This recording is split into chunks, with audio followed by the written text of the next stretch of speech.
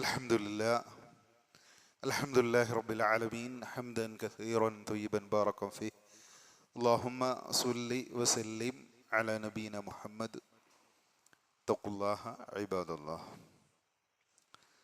അള്ളാഹുവിൻ്റെ അത്യപാരമായ അനുഗ്രഹം കൊണ്ട് അള്ളാഹുവിൻ്റെ ഭവനത്തിൽ അള്ളാഹുവിൻ്റെ വചനങ്ങൾ, പരിശുദ്ധ ഖുർആൻ, അള്ളാഹുവിൻ്റെ കലാം പഠിക്കാൻ ഒത്തുകൂടാനുള്ള സൗഭാഗ്യം ഒരിക്കൽ കൂടി നമുക്ക് ലഭിച്ചിരിക്കുക. നല്ല കർമ്മങ്ങൾ മാത്രം തുണയായി ഉണ്ടാകുന്ന പരലോകത്ത് തുണയേകുന്ന സൽക്കർമ്മമായി അള്ളാഹു നമ്മളിൽ നിന്ന് ഇതൊക്കെ സ്വീകരിച്ച് അനുഗ്രഹിക്കുമാറാവട്ടെ. നമുക്കറിയാം, ഇപ്പം നമ്മുടെ നാട്ടിൽ ഇന്ന് റിസൾട്ട് പ്രഖ്യാപിച്ച ദിവസമാണ്. ഒരു ടീം ജയിച്ചു, മറ്റൊരു ടീം പരാജയപ്പെട്ടു. ജയിച്ച ടീമിന് സ്വാഭാവികമായിട്ട് എന്തുണ്ടാവും? ആഹ്ലാദം ഉണ്ടാവും.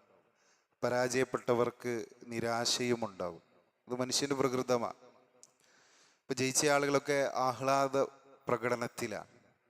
അതിൻ്റെ ശബ്ദകോലാഹലങ്ങൾ നമ്മുടെ നാടുകളിൽ ആകെ മുഴങ്ങിക്കേൾക്കുന്നുണ്ട്. അപ്പം ആ സമയത്താണ് അള്ളാഹുവിൻ്റെ ഭവനത്തിൽ അള്ളാഹുവിൻ്റെ കലാം പഠിക്കാൻ നമ്മൾ ഒത്തുകൂടിയിട്ടുള്ളത്.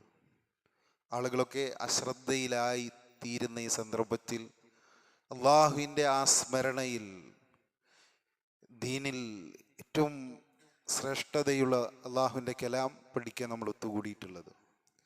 ഇത് നമ്മളെ നാളെ പരലോകത്ത് വിജയിപ്പിക്കും.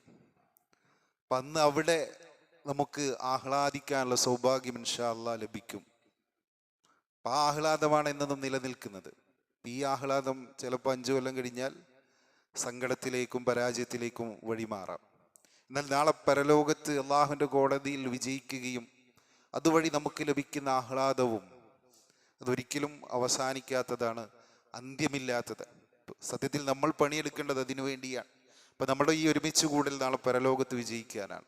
ഫമൻ സുഹ്സിഅ അനിൻ നാരി വഉദ്ഖിലൽ ജന്ന ഫഖദ് ഫാസ്. അല്ലാഹു സുബ്ഹാനഹു വ തആല കൃത്യമായി പറഞ്ഞു, ആരാണ് ശരിക്കും വിജയിച്ചയാൾ?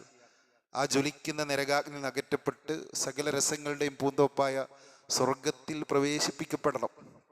അതിന് നമ്മൾ റോട്ടിലൂടെ ഇറങ്ങി ആഹ്ലാദം പ്രകടിപ്പിച്ചാൽ അവിടെ എത്തൂല. അത് അതിന് സഹായകമായ ഒരു നന്മയായി മാറൂല. പക്ഷെ ഇവിടെ ഇരിക്കുന്നത് ആ നരകത്തിൽ നിന്ന് നമ്മളെ രക്ഷപ്പെടുത്തുന്ന പുണ്യമാണ്, ആ സ്വർഗത്തിൽ എത്തിക്കുന്ന പുണ്യമാണ്. അപ്പം നമ്മളാണ് ഏറ്റവും കൂടുതൽ ആഹ്ലാദിക്കേണ്ടത്. കാരണം അല്ലാഹു സുബ്ഹാനഹു വ തആല അള്ളാഹുവിൻ്റെ കലാം പഠിക്കാൻ നമ്മളെ തിരഞ്ഞെടുത്തിരിക്കുന്നു. അപ്പം അതിനുള്ള ഒരു നന്ദിയുള്ള മനസ്സ് നമുക്കുണ്ടാവണം. അപ്പോൾ സൂറത്തുൽ ഹജ്ജിലെ 24-ാമത്തെ വചനം വരെയാണ് നമ്മൾ പഠിച്ചത്. പിന്നെ 25-ാമത്തെ വചനം തൊട്ട് ഇൻഷാ അല്ലാഹ് ഇന്ന് നമുക്ക് പഠിക്കാം. അപ്പം ആദ്യം നമുക്കതിൻ്റെ പാരായണം ഒന്ന് കേട്ടു നോക്കാം. إن الذين كفروا ويصدون عن سبيل الله والمسجد الحرام الذي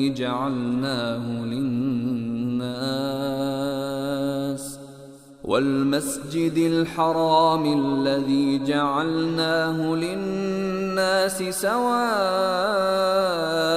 العاكف فيه والباد ومن يرد فيه بإلحاد بظلم نذقه من عذاب أليم وإذ بوأنا لإبراهيم مكان البيت ألا تشرك بي شيئا وطهر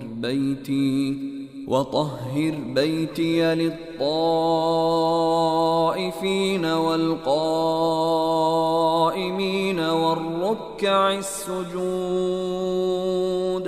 وأذن في الناس بالحج يأتوك رجالا وعلى كل ضامر يأتين من كل فج عميق.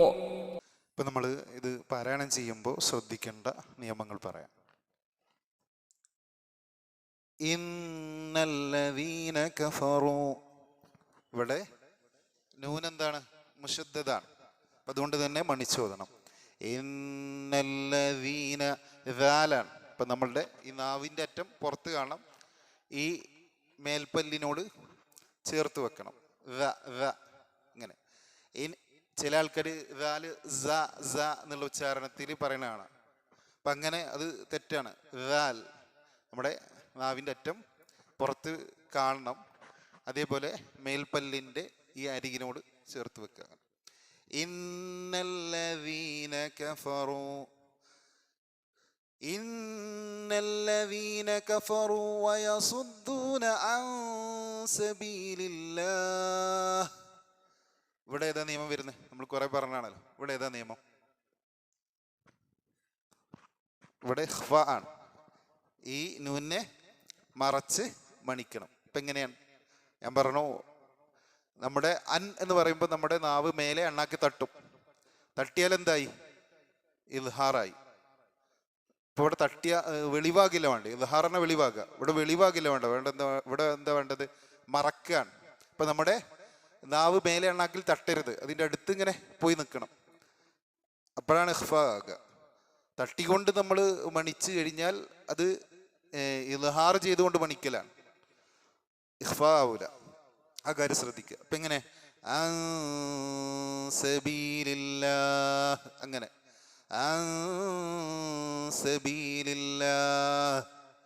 അങ്ങനെ ആണ് ഓതേണ്ടത്. പിന്നെ വൽ മസ്ജിദിൽ ഹറാമില്ലദീ, ഇവിടെ വീണ്ടും ദാല് വന്നു. ഹ ഹ ഹ, ആ ഉച്ചാരണമൊക്കെ ശരിയാകണം. വൽ മസ്ജിദിൽ ഹറാമില്ലദീ ജഅൽനാഹു ലിന്നാസ്. ഇവിടെ വീണ്ടും നൂന് മുശദ്ദദായി വന്നു, അതുകൊണ്ട് മണിക്കണം. ജഅൽനാഹു ലിന്നാസി സവാഅനിൽ ആകിഫു ഫീഹി വൽ ബാദ്. ഇവിടെ എങ്ങനെയാണ് ഓതേണ്ടത്? സവാഅനിൽ ആകിഫ്. അപ്പൊ ഇവിടെ നീട്ടും വേണം. ഇവിടെ നീട്ടൽ നിർബന്ധമാണ്. മദ് മുത്തസിലാണ്. ഒരു വാക്കിൽ തന്നെ ഹംസയും മദ്ദശരവും വന്നു. അതുകൊണ്ട് തന്നെ ഇങ്ങനെ ഓതണം, സവാഅനിൽ ആകിഫു ഫീഹി വൽ ബാദ്. അങ്ങനെ തൊട്ടടുത്ത് വമൻ യുരിദ് ഫീഹി ബിഇൽഹാദിൻ ബിദുൽമ്. ഇവിടെ എങ്ങനെ? ഇവിടെ ഏതാ നിയമം? ഇദ്ഗാം ബിഉന്ന. ഈ ഇവിടെ ഉള്ള നിയമമല്ല ഇവിടെ ഉള്ളത്. ഈ നൂനെ ഈ ആയിലേക്ക് മണിച്ച് ചേർക്കണം. അപ്പൊ എങ്ങനെ? വമൻ യുരിദ് ഫീഹി ബിഇൽഹാദിൻ ബിദുൽമ്. ഇവിടെ അല്ലേ? ഇവിടെ ഇത് ഈ നിയമത്തിന്റെ പേരെന്താ? ഇഖ്ലാബ്. ഈ തെൻവീനിനെ, ആ തെൻവീനിലെ ഇൻ എന്നുള്ള ഉച്ചാരണം മാറ്റിയിട്ട് എന്താക്കണം? ഇം എന്നാക്കണം. അതിനു വേണ്ടിയിട്ടാണ് അവിടെ ഒരു ചെറിയ നിയമം കൊടുത്തിട്ടുള്ളത്. ആ തെൻവീനിന്റെ ആ ഇൻ എന്നുള്ള ഉച്ചാരണം ഇം എന്നുള്ള ഉച്ചാരണം ആക്കിയിട്ട് മാറ്റിമറിക്കണം. എങ്ങനെ മറിക്കണം? മണിച്ചിട്ട് മാറ്റിമറിക്കണം. അപ്പൊ എങ്ങനെ? ബിഇൽഹാദിൻ ബിദുൽമിൻ നുദിഖുഹു മിൻ അദാബിൻ അലീം. ഇപ്പൊ ഇവിടെ കണ്ടോ? ഈ തെൻവീൻ ഇങ്ങനെ തെറ്റിച്ചിട്ടാണുള്ളത്. അങ്ങനെ വരുമ്പോൾ നമ്മൾ പറഞ്ഞു, ഒന്നെങ്കിൽ ഇഖ്ഫ ആണ്, അല്ലെങ്കിൽ ഇത് ആമാണ്. ഇവിടെ ഇത് ആമാണ്, കാരണം ഇതിന് ശേഷം നൂനാണ് വരുന്നത്. അപ്പോൾ ഈ തെൻവീനിനെ ഈ നൂനിലേക്ക് മണിച്ച് ചേർക്കണം. ഇപ്പം നമ്മളെങ്ങനെ ഓതേണ്ടത്? ബിദുൽമിൻ നുദിഖുഹു. ഇവിടെ നുദിഖുഹു അറിഞ്ഞ് നീട്ടരുത്. ഇവിടെ എന്തില്ല? വാവില്ല. നുദിഖുഹു മിൻ. അങ്ങനെ നുദിഖുഹു മിൻ അദാബിൻ അലീം. അപ്പോൾ ഇവിടെ ഖാഫ്, അതിന് സുക്കൂൻ വന്നു. അപ്പോൾ ആ അക്ഷരത്തിന് ഖൽഖലയുടെ സിഫത്ത് വരും. അതുകൊണ്ട് തന്നെ നുദിഖ് എന്നുള്ള വെളിവാക്കണം. നുദിഖുഹു മിൻ അദാബിൻ അലീം. ഈ തെൻവീനും എന്തുണ്ട്? മാറ്റുണ്ട്. അപ്പം ഇങ്ങനെ ഒരേപോലെ തെൻവീൻ വന്നാൽ അത് ഫത്ഹ് തെൻവീനാകട്ടെ അല്ലെങ്കിൽ കസ്റ തെൻവീനാകട്ടെ, രണ്ടായാലും അവിടെ വരുന്ന നിയമം ഇൽഹാറാണ്. അപ്പം അത് വെളിവാകണം, മണിക്കരുത്. അദാബിൻ അലീം. പിന്നെ നീട്ടി നിർത്തുക. അലീം. ഇതാണ് ഏറ്റവും ശ്രേഷ്ഠം. ഇനി അടുത്ത ആയത്ത് വഇദ്. അവിടെയും ശ്രദ്ധിക്കുക. വഇദ് ബവ്വഅനാ ലിഇബ്രാഹീം. ഇവിടെ ഇബ് ബ അതിന് സുക്കൻ വരുമ്പോൾ ഖൽഖലുണ്ട്. അതുകൊണ്ട് തന്നെ ഇബ് ഇബ് ഇത് വ്യക്തമാകണം. لإبراهيم مكان البيت ألا تشرك بي شيئا. അല്ല ഇവിടെ ഇത് ആം ബിലാ ഉന്ന. ഈ നൂനിനെ ഇതിലേക്ക് ചേർക്കണം, മണിക്കാതെ ചേർക്കണം. ഇവിടെ അങ്ങനെ ഉച്ചരിക്കരുത്, മണിക്കാതെ ചേർക്കുക. അല്ല ആ കഴിഞ്ഞിട്ട് നേരെ ഇതിലേക്ക് ചാടുക. അല്ല ആ നൂന് അതിലേക്ക് ചേർന്നത് കൊണ്ടാണ് ആ ലാമിന് ശുദ്ധ വന്നത്. അല്ല തുശ്രിക് ബി ഷൈഅൻ വതുഹിർ ബൈതി. ഇവിടെ ഷൈഅൻ, ഇവിടെ വീണ്ടും ഇത് ആം ബി ഉന്ന വന്നു. അപ്പൊ ഇങ്ങനെ ഷൈഅൻ വതുഹിർ, വതുഹിർ ഇർ എന്നുള്ള ഉച്ചാരണമാണ് വരേണ്ടത്, തർക്കീക്കാണ്. വതുഹിർ ബൈതി ലിത്വാഇഫീൻ. ഇവിടെ നീട്ടണം, അതിന്റെ അടയാളാണ് കാണുന്നത്. അപ്പോൾ ഇവിടെ നിർബന്ധമായിട്ടും നീട്ടണം, മദ്ദ് മുത്തസിൽ. ലിത്വാഇഫീന വൽ ഖായിമീൻ. വീണ്ടും ഇതേ നിയമം ഇവിടെ നീട്ടണം. വറുക്കഇ സുജൂദ്. വറുക്കഇ സുജൂദ് എന്ന് പറയുന്നത് കാഫിന്റെ മേലെ എന്തുണ്ട്? ഷദ്ദുണ്ട്. അപ്പൊ ആ ഷദ്ദ് കൊടുത്തിട്ട് ഉച്ചരിക്കണം ആ കാഫ്. വറുക്കഇ സുജൂദ്. നിർത്തുമ്പോൾ ഇത് എന്ന് പറഞ്ഞിട്ട് നിർത്തണം, കാരണം ദാലാണ്. ഇതിന് കൽക്കല എന്നുള്ള സിഫത്തുണ്ട്. ഇനി തൊട്ടടുത്ത ആയത്ത് വഅദ്ദിൻ. ഇവിടെ വീണ്ടും ഇഖ്ഫാ വന്നു.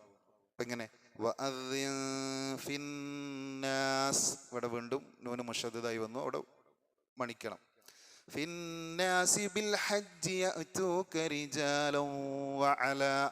ഇവിടെ ഇത് ആം ബി ഉന്ന. അപ്പൊ ഇങ്ങനെ റിജാലൻ വഅലാ കുല്ലി ളാമിരിൻ യഅതീൻ. ഇവിടെ വീണ്ടും ഇത് ആം ബി ഉന്ന വന്നു. ളാമിരിൻ യഅതീന മിൻ കുല്ലി ഫജ്ജിൻ അമീഖ്. എന്ന് പറഞ്ഞ് നിർത്തണം, കാരണം ഖാഫാണ്, സുക്കൂനായിട്ടാണ് നിർത്തുന്നത്, അതുകൊണ്ട് തന്നെ കലക്കലുണ്ട്. ഇവിടെ കണ്ടോ നേരെയാണ് തെൻവീൻ വന്നത്, അതുകൊണ്ട് തന്നെ ഇൽഹാറാണ്. ഫജ്ജിൻ, അവിടെ മണിക്കരുത്, നൂൻ വെളിവാകണം. ഫജ്ജിൻ അമീഖ്. പിന്നെ ഇവിടെ ഇഖ്ഫാ വരുന്നുണ്ട്. മിൻ കുല്ലി ഫജ്ജിൻ അമീഖ്. ഇതൊക്കെയാണ് നമ്മൾ ഓതുമ്പോൾ ശ്രദ്ധിക്കേണ്ടത്. അപ്പൊ നമുക്ക് ഇതിന്റെ ഓരോ വാക്കിന്റെ അർത്ഥവും ആശയം നോക്കാം. ഇന്ന എന്ന് പറഞ്ഞാൽ ഹർഫ് തൗക്കീദാണ്, തീർച്ചയായും. അല്ലദീന എന്ന ഇസ്മു മൗസൂലാണ്. അല്ലദീ എന്നുള്ളതിന്റെ ജംആണ് എന്ത്? അല്ലദീന. അല്ലദീ പറഞ്ഞാൽ ഒരുവൻ, അല്ലദീന എന്നാകുമ്പോൾ ഒരുവർ. അപ്പൊ അല്ലദീന കഫറു. കഫറു പറഞ്ഞാൽ നിഷേധിക്കുക, നിഷേധിച്ച ഒരുവർ, അവിശ്വസിച്ചവർ എന്നർത്ഥം കിട്ടും. കഫറ യക്ഫുറു. കഫറ എന്നുള്ളത് മാലിയാണ്, അതിന്റെ മുലാരി ആണ് യക്ഫുറു. കഫറു എന്ന് പറയാൻ കാരണം എന്താണ്? കൂടുതൽ, രണ്ടിൽ കൂടുതൽ ആളുകളെ ഉദ്ദേശിക്കുന്നതാണ്, ജംഅ ആയതുകൊണ്ടാണ്. വയസുദ്ദൂന. സ്വദ്ദ യസുദ്ദു. സ്വദ്ദ എന്നുള്ളതാണ് എൻ്റെ മാലി. യസുദ്ദു മുലാരി. അപ്പൊ വയസുദ്ദൂന എന്ന് പറയാൻ തടഞ്ഞുകൊണ്ടിരിക്കുന്നു. വാവുൽ അത്ഫ്, ആൻഡ് എന്ന അർത്ഥം. ഇപ്പോ സത്യത്തെ നിഷേധിക്കുകയും തടഞ്ഞുകൊണ്ടിരിക്കുകയും ചെയ്യുന്നു. അൻ സബീലില്ല. അൻ പറഞ്ഞ തൊട്ട്, സബീൽ എന്ന് പറഞ്ഞാലോ വഴി. സബീലില്ല അള്ളാഹുവിന്റെ വഴി, അല്ലെങ്കിൽ അള്ളാഹുവിന്റെ മാർഗം. അപ്പൊ അള്ളാഹുവിന്റെ മാർഗത്തെ തൊട്ട് തടയുകയും ചെയ്യുന്നു. വൽ മസ്ജിദിൽ ഹറാം. വൽ മസ്ജിദ്, മസ്ജിദ്. മസ്ജിദുൽ ഹറാം എന്ന് പറഞ്ഞാൽ എവിടുത്തെ പള്ളിക്കാണ് മസ്ജിദുൽ ഹറാം എന്ന് പറയാ? മക്കത്തെ ആ പള്ളിക്കാണ്. അപ്പൊ ഹറാം എന്ന് പറഞ്ഞാൽ നമ്മൾ സാധാരണ ഹലാൽ ഹറാം എന്ന് പറയുമ്പോൾ അർത്ഥമാണോ അവിടെ നിഷിദ്ധമായ പള്ളി എന്നാണോ? അല്ല, ഇവിടെ ഹുർമത്ത് എന്നുള്ള അർത്ഥമാണ്, പരിഭാവനമായ, പരിഭാവനമായ മസ്ജിദ്. അല്ലദീ, അത്, ആ മസ്ജിദിന്റെ പ്രത്യേകത. ജഅൽന, ജഅല ആക്കി, ജഅൽന എന്നാകുമ്പോൾ നാം ആക്കി, ഹു അതിനെ, ഏതിനെ? ആ മസ്ജിദിനെ. ജഅല യജ്അലു. ജഅല എന്നുള്ളത് മാലിയാണ്, അതിന്റെ മുളാരി ആണ് യജ്അലു. ലിന്നാസി, ആർക്ക് വേണ്ടി? മനുഷ്യർക്ക് വേണ്ടി. ഇപ്പൊ നാസ് എന്ന് പറഞ്ഞാൽ മനുഷ്യർ. ഇപ്പൊ മനുഷ്യൻ എന്നുള്ളതിന് എന്താ പറയാ അറബിയിൽ? ഇൻസാൻ. ഇൻസാൻ എന്നുള്ളതിന്റെ ജംആണ് നാസ് എന്നുള്ളത്. ഇൻസാൻ എന്ന് പറഞ്ഞാൽ മനുഷ്യൻ, നാസ് എന്നാവുമ്പോഴോ മനുഷ്യർ. അപ്പൊ ലിന്നാസ് മനുഷ്യർക്ക് വേണ്ടി, വേണ്ടി എന്നുള്ള അർത്ഥം കിട്ടാനാണ് ലി എന്നുള്ളത് ചേർത്തിട്ടുള്ളത്. സവാഅൻ സമമായിക്കൊണ്ട്, സമമാണ്. അൽ ആക്കിഫ് താമസിച്ചവന്, ആക്കിഫു എന്ന് പറഞ്ഞാൽ താമസിക്കുന്നവർ എന്നുള്ളതാണ്. ആക്കിഫ് എന്ന് പറഞ്ഞാൽ ഏകവചനാണ്, താമസിക്കുന്നവൻ. ഇപ്പൊ അഴ്ത്തിക്കാഫ് എന്നുള്ള വാക്കൊക്കെ ഇതിൽ നിന്ന് വന്നാണ്. അഴ്ത്തിക്കാഫ് എവിടെ താമസിക്കുന്ന കാര്യത്തിനാണ് പറയല് നമ്മള്? മസ്ജിദിൽ. അപ്പൊ താമസിച്ചവൻ, ഫീഹി അതിൽ എന്ന് പറഞ്ഞാൽ മസ്ജിദിൽ അല്ലെങ്കിൽ മസ്ജിദിന്റെ പരിസരത്ത്, അഥവാ അവിടെ സ്ഥിര താമസമുള്ള ആ നാട്ടുകാരനായ വ്യക്തി എന്നുള്ളതാണ് അതുകൊണ്ട് അർത്ഥമാക്കുന്നത്. വൽ ബാദി അല്ലെങ്കിൽ വെളിം പ്രദേശത്തുള്ളവൻ അല്ലെങ്കിൽ പുറം നാട്ടുകാർ. ആ നാട്ടുകാർക്കും അതുപോലെ തന്നെ അന്യ നാട്ടുകാർക്കും സമമാണ് എന്നുള്ളതാണ് അതിലടങ്ങിയ ആശയം. ഇത് ഈ പറഞ്ഞ മസ്ജിദുൽ ഹറാം, അതിലുള്ള ആരാധനക്കുള്ള അവകാശം. വമയ്യൂരിത് ആരെങ്കിലും ഉദ്ദേശിച്ചാൽ, അറാദ എന്നുള്ളതാണ് അതിൻ്റെ മാളി.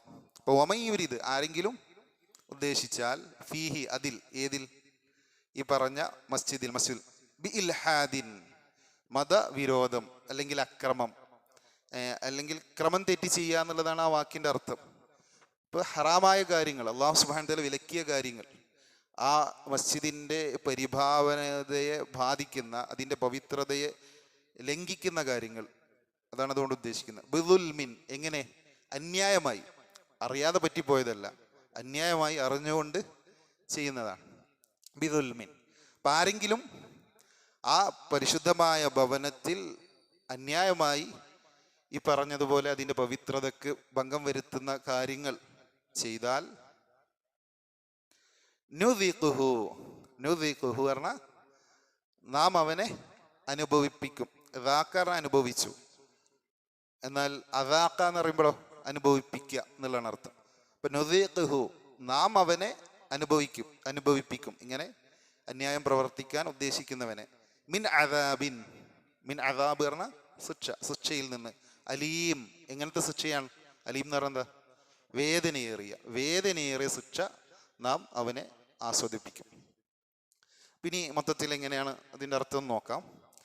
ഇന്നല്ലദീന കഫറു, നിങ്ങൾ പറഞ്ഞോളൂ. ഇന്നല്ലദീന കഫറു തീർച്ചയായും സത്യത്തെ നിഷേധിച്ചവർ, വയസുദ്ദൂന അൻ സബീലില്ലാ അള്ളാഹുവിൻ്റെ മാർഗത്തിൽ നിന്ന് തടയുകയും ചെയ്യുന്നവർ, വൽ മസ്ജിദിൽ ഹറാം അതുപോലെ മസ്ജിദിൽ ഹറാമിൽ നിന്നും തടയുകയും ചെയ്യുന്നവർ. ഇനി ആ മസ്ജിദുൽ ഹറാം എന്താണെന്നുള്ളത്, അല്ലദീ ജഅൽനാഹു ലിന്നാസ്, അത് ജനങ്ങൾക്ക് വേണ്ടി അല്ലാഹു നാം ആക്കിയതാണ്. സവാഅനിൽ ആകിഫു ഫീഹി വൽ ബാദ്, അതിൽ സമമാണ്, അവിടെ സ്ഥിരതാമസമുള്ളവനും പുറം പ്രദേശത്തുള്ളവനും. വമൻ യുരിദു ഫീഹി ബിൽഹാദിൻ ബിദുൽമിൻ എന്ന് പറഞ്ഞാ ആരെങ്കിലും അന്യായമായി അവിടെ അതിക്രമം ഉദ്ദേശിച്ചാൽ, നുദീഖുഹു മിൻ അദാബിൻ അലീം നാം അവനെ ആസ്വദിപ്പിക്കും. എന്ത്? വേദനയേറിയ ശിക്ഷ. ഇതിൽ 3 കാര്യങ്ങളാണ് ഈ പറയുന്ന ആയത്തിൽ ഉൾക്കൊള്ളുന്നത്. ഒന്ന്, മസ്ജിദുൽ ഹറാമിന്റെ പവിത്രത എത്ര വലുതാണ് എന്ന് ഈ ആയത്ത് പഠിപ്പിക്കുന്നുണ്ട്. പിന്നെ അവിടെ പ്രവേശിക്കുന്നത്, ആരാധനയ്ക്ക് വേണ്ടി അവിടെ പ്രവേശിക്കുന്നത് തടയുന്നത് എത്രത്തോളം ഗുരുതരമായ തെറ്റാണ് എന്നുള്ളത് ഈ ആയത്ത് പഠിപ്പിക്കുന്നുണ്ട്. 3-ാമത്തെ കാര്യം, ഹറമിൽ വെച്ചൊരു തെറ്റ് ചെയ്യാൻ ഉദ്ദേശിക്കുന്നത് വരെ ചെയ്യാൻ ഉദ്ദേശിക്കുന്നത് വരെ കടുത്ത ശിക്ഷ ലഭിക്കുന്ന പാപമാണ് എന്നുള്ളതും ഈ ആയത്ത് പഠിപ്പിക്കുന്നുണ്ട്. ഇപ്പോൾ ഓരോന്നായിട്ട് നോക്കാം. ഇപ്പം ഈ ആയത്ത് അവതരിക്കാനുള്ള ഒരു പാശ്ചാത്തലമുണ്ട്. അതിൻ്റെ കാരണം, നബി സല്ലല്ലാഹു അലൈഹി വസല്ലം മക്കയിൽ നിന്ന് മദീനയിലേക്ക് ഹിജറ പോയി. അങ്ങനെ വർഷങ്ങൾ പിന്നിട്ടു. ഹിജറ 6-ാം വർഷം അള്ളാഹുവിൻ്റെ റസൂൽ സല്ലല്ലാഹു അലൈഹി വസല്ലം സ്വപ്നം കാണാൻ. ആ സ്വപ്നം അള്ളാഹുവിൻ്റെ റസൂൽ മക്കയിൽ വന്ന് ഉംറ നിർവഹിക്കുന്നതാണ്. പരിശുദ്ധമായ കഅബാലയത്തെ ത്വവാഫ് ചെയ്യുന്നതൊക്കെയാണ് സ്വപ്നം കാണുന്നത്. ഈ സ്വപ്നം അള്ളാഹുവിൻ്റെ റസൂൽ സ്വഹാബത്തുമായി പങ്കുവെച്ചു. അപ്പോൾ അവർക്ക് ആവേശമായി. കാരണം 6 വർഷമായി അവരുടെ സ്വന്തം നാട്ടിലേക്ക് പോയിട്ട്, അതുപോലെ ആ പരിശുദ്ധ കഅബാലയം ഒന്ന് കണ്ടിട്ട്, ആ കഅബാലയത്തെ ഒന്ന് ത്വവാഫ് ചെയ്തിട്ട് അവർക്കേറെ ആഗ്രഹമുണ്ട് ഹൃദയത്തിൽ സ്വന്തം നാട്ടിലേക്ക് മടങ്ങി പോയി ആ പരിശുദ്ധ കഅബാലയത്തെ ത്വവാഫ് ചെയ്യാനും ഉംറ നിർവഹിക്കാനും ഒക്കെ. അപ്പം അങ്ങനെ അവർ തീരുമാനിച്ചു, നമുക്ക് ഉംറ നിർവഹിക്കുന്നതിന് വേണ്ടി പുറപ്പെടാം. അങ്ങനെ അള്ളാഹുവിൻ്റെ റസൂല് 1400 ആളുകളെയും കൂട്ടിയിട്ട് മക്കയിലേക്ക് പുറപ്പെടുകയാണ്. ലക്ഷ്യം ഉംറ മാത്രമാണ്. അതുകൊണ്ട് തന്നെ അവരുടെ കയ്യിൽ ആയുധങ്ങളൊന്നുമില്ല. സാധാരണ അറബികൾ അവരുടെ കയ്യിൽ സൂക്ഷിക്കുന്ന ഉറയിലിടുന്ന ഒരു വാളല്ലാതെ മറ്റു കുന്തമോ പടച്ചട്ടയോ യുദ്ധത്തിന് പോകുമ്പോൾ ഉള്ള ഒരുക്കണ്ടല്ലോ, അതൊന്നും ഇല്ലാതെ ഉംറ മാത്രം ലക്ഷ്യം വെച്ചിട്ടാണ് അവർ പോകുന്നത്. കൂടെ ബലികർമ്മത്തിനുള്ള മൃഗങ്ങളെയും അവരൊപ്പം കൂട്ടി. അപ്പം ഞങ്ങളുടെ ലക്ഷ്യം ഉംറ മാത്രമാണ് എന്നുള്ളത് മക്കക്കാരെ ബോധിപ്പിക്കാൻ വേണ്ടി കൂടിയാണ് ഇങ്ങനെ ഈ മൃഗങ്ങളുമായി പോകുന്നത്. എന്നാൽ ഇങ്ങനെ മുഹമ്മദ് സല്ലല്ലാഹു അലൈഹി വസല്ലം തങ്ങളും അദ്ദേഹത്തിൻ്റെ അനുയായികളും മക്കയിൽ ഉംറ നിർവഹിക്കാനായി വരുന്നുണ്ട് എന്നറിഞ്ഞ അവിടുത്തെ കുഫാറുകൾ ഖുറൈശികൾ യോഗം കൂടി. ഒരു നിലക്കും മക്കയിലേക്ക് പ്രവേശിക്കാൻ അവരെ അനുവദിക്കരുത് എന്നുള്ളതാണ് അവർ യോഗം കൂടി എടുത്ത തീരുമാനം. എന്നിട്ട് അവർ ഒരു സൈന്യത്തെ തയ്യാറാക്കി. വരുന്ന അള്ളാഹുവിൻ്റെ റസൂലിനെയും സ്വഹാബത്തിനെയും തടയാനും അവരാക്രമിക്കാനും. അപ്പം അതിന് നേതൃത്വം നൽകിയത് അന്ന് മുസ്ലിമായിട്ടില്ല ഖാലിദ് ബിൻ വലീദ് റളിയല്ലാഹു അൻഹു. അദ്ദേഹത്തിൻ്റെ നേതൃത്വത്തിലുള്ള ഒരു കുതിരപ്പടയെയാണ് അള്ളാഹുവിൻ്റെ റസൂലിനെ തടയാൻ വേണ്ടി നിയോഗിക്കുന്നത്. ഈ കാര്യം അള്ളാഹുവിൻ്റെ റസൂൽ അറിഞ്ഞു. ഉടനെ അള്ളാഹുവിൻ്റെ റസൂൽ ഇവരിൽ നിന്ന് രക്ഷപ്പെടാൻ റൂട്ട് മാറ്റി. ആ റൂട്ട് മാറ്റി അവരിങ്ങനെ സഞ്ചരിച്ചു. ഇങ്ങനെ ഹുദൈബിയ എന്ന സ്ഥലത്തെത്തിയപ്പോൾ അള്ളാഹുവിൻ്റെ റസൂലിൻ്റെ ഒട്ടകം മുട്ടുകുത്തി. അപ്പോൾ അള്ളാഹുവിൻ്റെ റസൂലിന് മനസ്സിലായി ഇവിടെ തങ്ങാനാണ് അള്ളാഹുവിൻ്റെ കൽപ്പന എന്ന്. അങ്ങനെ അള്ളാഹുവിൻ്റെ റസൂലും സ്വഹാബത്തും അവിടെ തങ്ങി. എന്നിട്ട് ഈ മക്കയിലെ ഈ കുഫാറുകളുമായി ചർച്ച നടത്താൻ വേണ്ടി ഒരാൾ പറഞ്ഞയച്ചു. അപ്പോൾ അവരറിയിക്കുന്നത് എന്താണ്? ഞങ്ങൾ യുദ്ധത്തിന് വന്നതല്ല, ഞങ്ങളുടെ ലക്ഷ്യം സമാധാനമാണ്, സമാധാനപൂർവ്വം ഉംറ നിർവഹിച്ചു പോവുക എന്നുള്ളത് മാത്രമാണ്, ഞങ്ങളിവിടെ തങ്ങാൻ ഉദ്ദേശിക്കുന്നില്ല എന്നുള്ള കാര്യങ്ങളൊക്കെ ഈ മക്കയിലെ കുഫാറുകളെ ഖുറൈശികളെ അറിയിക്കുന്നതിന് വേണ്ടി ഒരാളെ പറഞ്ഞയച്ചു. പക്ഷേ അദ്ദേഹത്തിൻ്റെ ഒട്ടകത്തെ അവർ ആക്രമിക്കുകയും അദ്ദേഹത്തോട് സംസാരിക്കാൻ തയ്യാറാവുകയും ചെയ്യുന്നില്ല. അപ്പോൾ കുറച്ചുകൂടി അവരിൽ പ്രമാണിയായിരുന്ന ഉസ്മാൻ റളിയല്ലാഹുവിനെയാണ് രണ്ടാമത് പറഞ്ഞയക്കുന്നത്. അങ്ങനെ ഉസ്മാൻ റളിയല്ലാഹു മക്കത്ത് പോയി ഖുറൈശികളുമായി കാര്യം ചർച്ച ചെയ്തു. അപ്പോഴും ഖുറൈശികൾ പറഞ്ഞു, ഒരു നിലക്കും മക്കയിൽ പ്രവേശിക്കാൻ ഞങ്ങൾ അനുവദിക്കൂല, വേണമെന്നുണ്ടെങ്കിൽ നിങ്ങൾക്ക് വേണമെങ്കിൽ തൊവാഫ് ചെയ്തിട്ട് തിരിച്ചു പോകാം. അപ്പം അദ്ദേഹം പറഞ്ഞു, അള്ളാഹുവിൻ്റെ റസൂല് തൊവാഫ് ചെയ്യാതെ ഞാൻ തൊവാഫ് ചെയ്യൂല. അങ്ങനെ ഈ ചർച്ച കഴിഞ്ഞ് മടങ്ങാൻ നോക്കുമ്പോൾ ഉസ്മാൻ റളിയല്ലാഹു അവരവിടെ തടഞ്ഞു വെച്ചു, വിട്ടില്ല. ഇപ്പോൾ മുസ്ലിമീങ്ങൾക്കിടയിൽ കിട്ടിയ വാർത്ത എന്തെന്ന് ഉസ്മാൻ റളിയല്ലാഹു അവർ വധിച്ചു എന്നുള്ളതാണ്. അപ്പം അതോടുകൂടി മുസ്ലിമീങ്ങൾക്ക് ഏറെ സങ്കടം വന്നു, അവർക്ക് വലിയ അമർഷമുണ്ടായി. അപ്പോൾ അവർ പ്രതിജ്ഞ ചെയ്തു. ആ പ്രതിജ്ഞയുടെ പേരെന്താണെന്നറിയോ? ഖുർആനിലൊക്കെ ആ പ്രതിജ്ഞയെ പറ്റി പറയുന്നുണ്ട്. എന്താണ്? ആർക്കെങ്കിലും അറിയോ? ഒരു മരത്തിൻ്റെ ചുവട്ടിൽ വെച്ചിട്ടാണ് ആ പ്രതിജ്ഞ ചെയ്തത്. ആ പ്രതിജ്ഞക്കൊരു പേരുണ്ട്. ആരാ പറയാ? ഖുർആനിലുണ്ട് അതുമായി ബന്ധപ്പെട്ട പരാമർശം. ബൈഅത്തു റിദ്വാൻ അതാണ് ആ ബൈഅത്തിന്റെ പേര്. ഒരു മരത്തിന്റെ ചുവട്ടിൽ വെച്ചിട്ടാണ് ആ ബൈഅത്ത് ചെയ്യുന്നത്. അല്ലാഹുവിൻ്റെ റസൂൽ കൈനീട്ടി 1400ഓളം പേരുമായിട്ടാണ് അല്ലാഹുവിൻ്റെ റസൂൽ പുറപ്പെട്ടത്. എന്നാൽ അതിലൊരു മുനാഫിഖ് ഉണ്ടായിരുന്നു.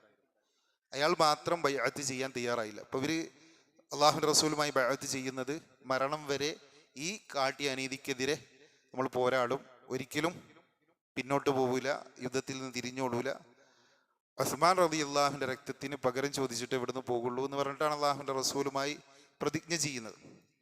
പക്ഷേ ഈ കാര്യം അറിഞ്ഞ് ഉടനെ തന്നെ ഇതൊരു വലിയ പ്രശ്നമാകുമെന്ന് തിരിച്ചറിഞ്ഞ മക്കയിലെ കുഫാറുകൾ ഉസ്മാൻ റളിയല്ലാഹുവിനെ വിട്ടു. അതൊരു യുദ്ധത്തിലെത്തിയില്ല. പിന്നെ അവിടെ ഒരു സന്ധിയാണ് ഉണ്ടാകുന്നത്. ആ സന്ധിയുടെ പേരെന്താ? ഹുദൈബിയ സന്ധി. ആ വർഷം അവരെ ഉംറ ചെയ്യാൻ അനുവദിച്ചില്ല. അടുത്ത വർഷം വന്നിട്ട് ഉംറ ചെയ്യാം എന്നുള്ള കരാറൊക്കെ അടങ്ങിയ രേഖയാണ്. അപ്പം ആ വിഷയമാണ് ഇവിടെ അല്ലാഹു സുബ്ഹാനഹു വ തആല സൂചിപ്പിക്കുന്നത്. ഇപ്പോൾ മക്കയിലെ മുശ്രിക്കുകൾ പ്രവാചകൻ സല്ലല്ലാഹു അലൈഹി വസല്ലം തങ്ങളെയും അനുചരന്മാരെയും തടയാണ്, ഈ മക്കയിൽ പ്രവേശിക്കാൻ സമ്മതിക്കാതെ, ഉംറ ചെയ്യാൻ സമ്മതിക്കാതെ. അപ്പം ആ കാര്യമാണ് അല്ലാഹു സുബ്ഹാനഹു വ തആല പറയുന്നത്. ഒന്നാമത് അവർ നിഷേധികളാണ്, സത്യത്തെ നിഷേധിക്കുന്ന ആളുകളാണ്. അത് ഒന്നാമത്തെ കുറ്റം. പുറമെ അവർ അള്ളാഹുവിൻ്റെ മാർഗത്തിൽ നിന്ന് ആളുകളെ തടയുന്നുണ്ട്, അവരേ വഴി കെട്ടുപോയി. പക്ഷേ സന്മാർഗത്തിലേക്ക് വരുന്ന ആളുകളെ അതിൽ നിന്ന് തടയുക എന്ന വലിയ തിന്മ കൂടി അവർ ചെയ്യുന്നുണ്ട്. അവർ വഴികേടിലായി മറ്റുള്ളവരെ വഴികേടിലാക്കുകയും ചെയ്യാൻ. ഇപ്പോൾ അവർ മൂന്നാമതൊരു തിന്മ കൂടി ചെയ്തിരിക്കുന്നു. എന്താണ്? മസ്ജിദുൽ ഹറാമിനെ തൊട്ട് വിശ്വാസികളെ തടയുന്നു.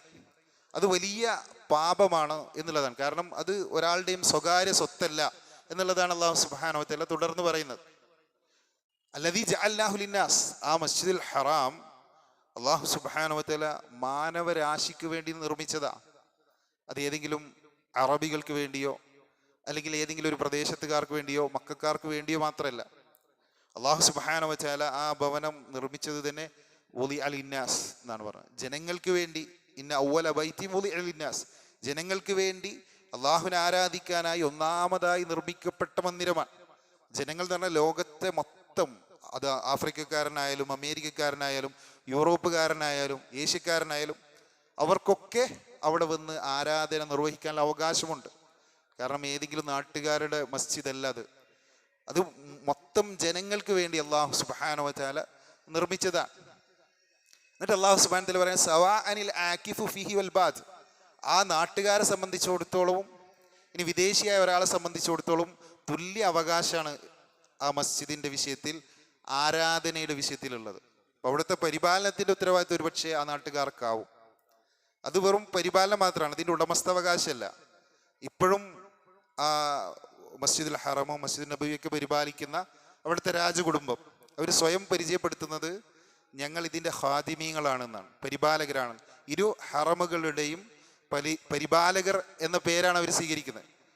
അതിൻ്റെ ഉടമസ്ഥാവകാശം, അത് അള്ളാഹുവിൻ്റെ വീടാണ്. അവിടെ വന്ന് ആരാധന നിർവഹിക്കാൻ എല്ലാ മനുഷ്യർക്കും ഒരുപോലെ അവകാശമുണ്ട്. അത് അറബികളെ പോലെ തന്നെ മക്കക്കാരെ പോലെ തന്നെ മക്കക്കാരല്ലാത്തവർക്കും അവകാശമുണ്ട്. അതാണ് അല്ലാഹു സുബ്ഹാനഹു വ തആല ഇവിടെ കൃത്യമായി വ്യക്തമാക്കുന്നത്. എല്ലാ നാട്ടുകാർക്കും, അത് ആ നാട്ടുകാരാകട്ടെ അതിന് പുറമേയുള്ള നാട്ടുകാരാകട്ടെ, എല്ലാവർക്കും തുല്യ അവകാശമാണ്. സവാ എന്നാണ് അള്ളാഹു പറഞ്ഞത്, തുല്യ അവകാശം. നാട്ടുകാരാണ്, അതുകൊണ്ട് ഞങ്ങൾക്ക് കൂടുതൽ അവകാശം ഇവിടെ ആരാധന നിർവഹിക്കാൻ, ഞങ്ങളതൊക്കെ കഴിഞ്ഞിട്ട് നിങ്ങൾ മതി എന്ന് പറയാൻ അവർക്ക് പറ്റില്ല. കാരണം ഇത് മുഴുവൻ മനുഷ്യർക്കും വേണ്ടി അല്ലാഹു സുബ്ഹാനഹു നിർമ്മിച്ച ഭവനമാണ്.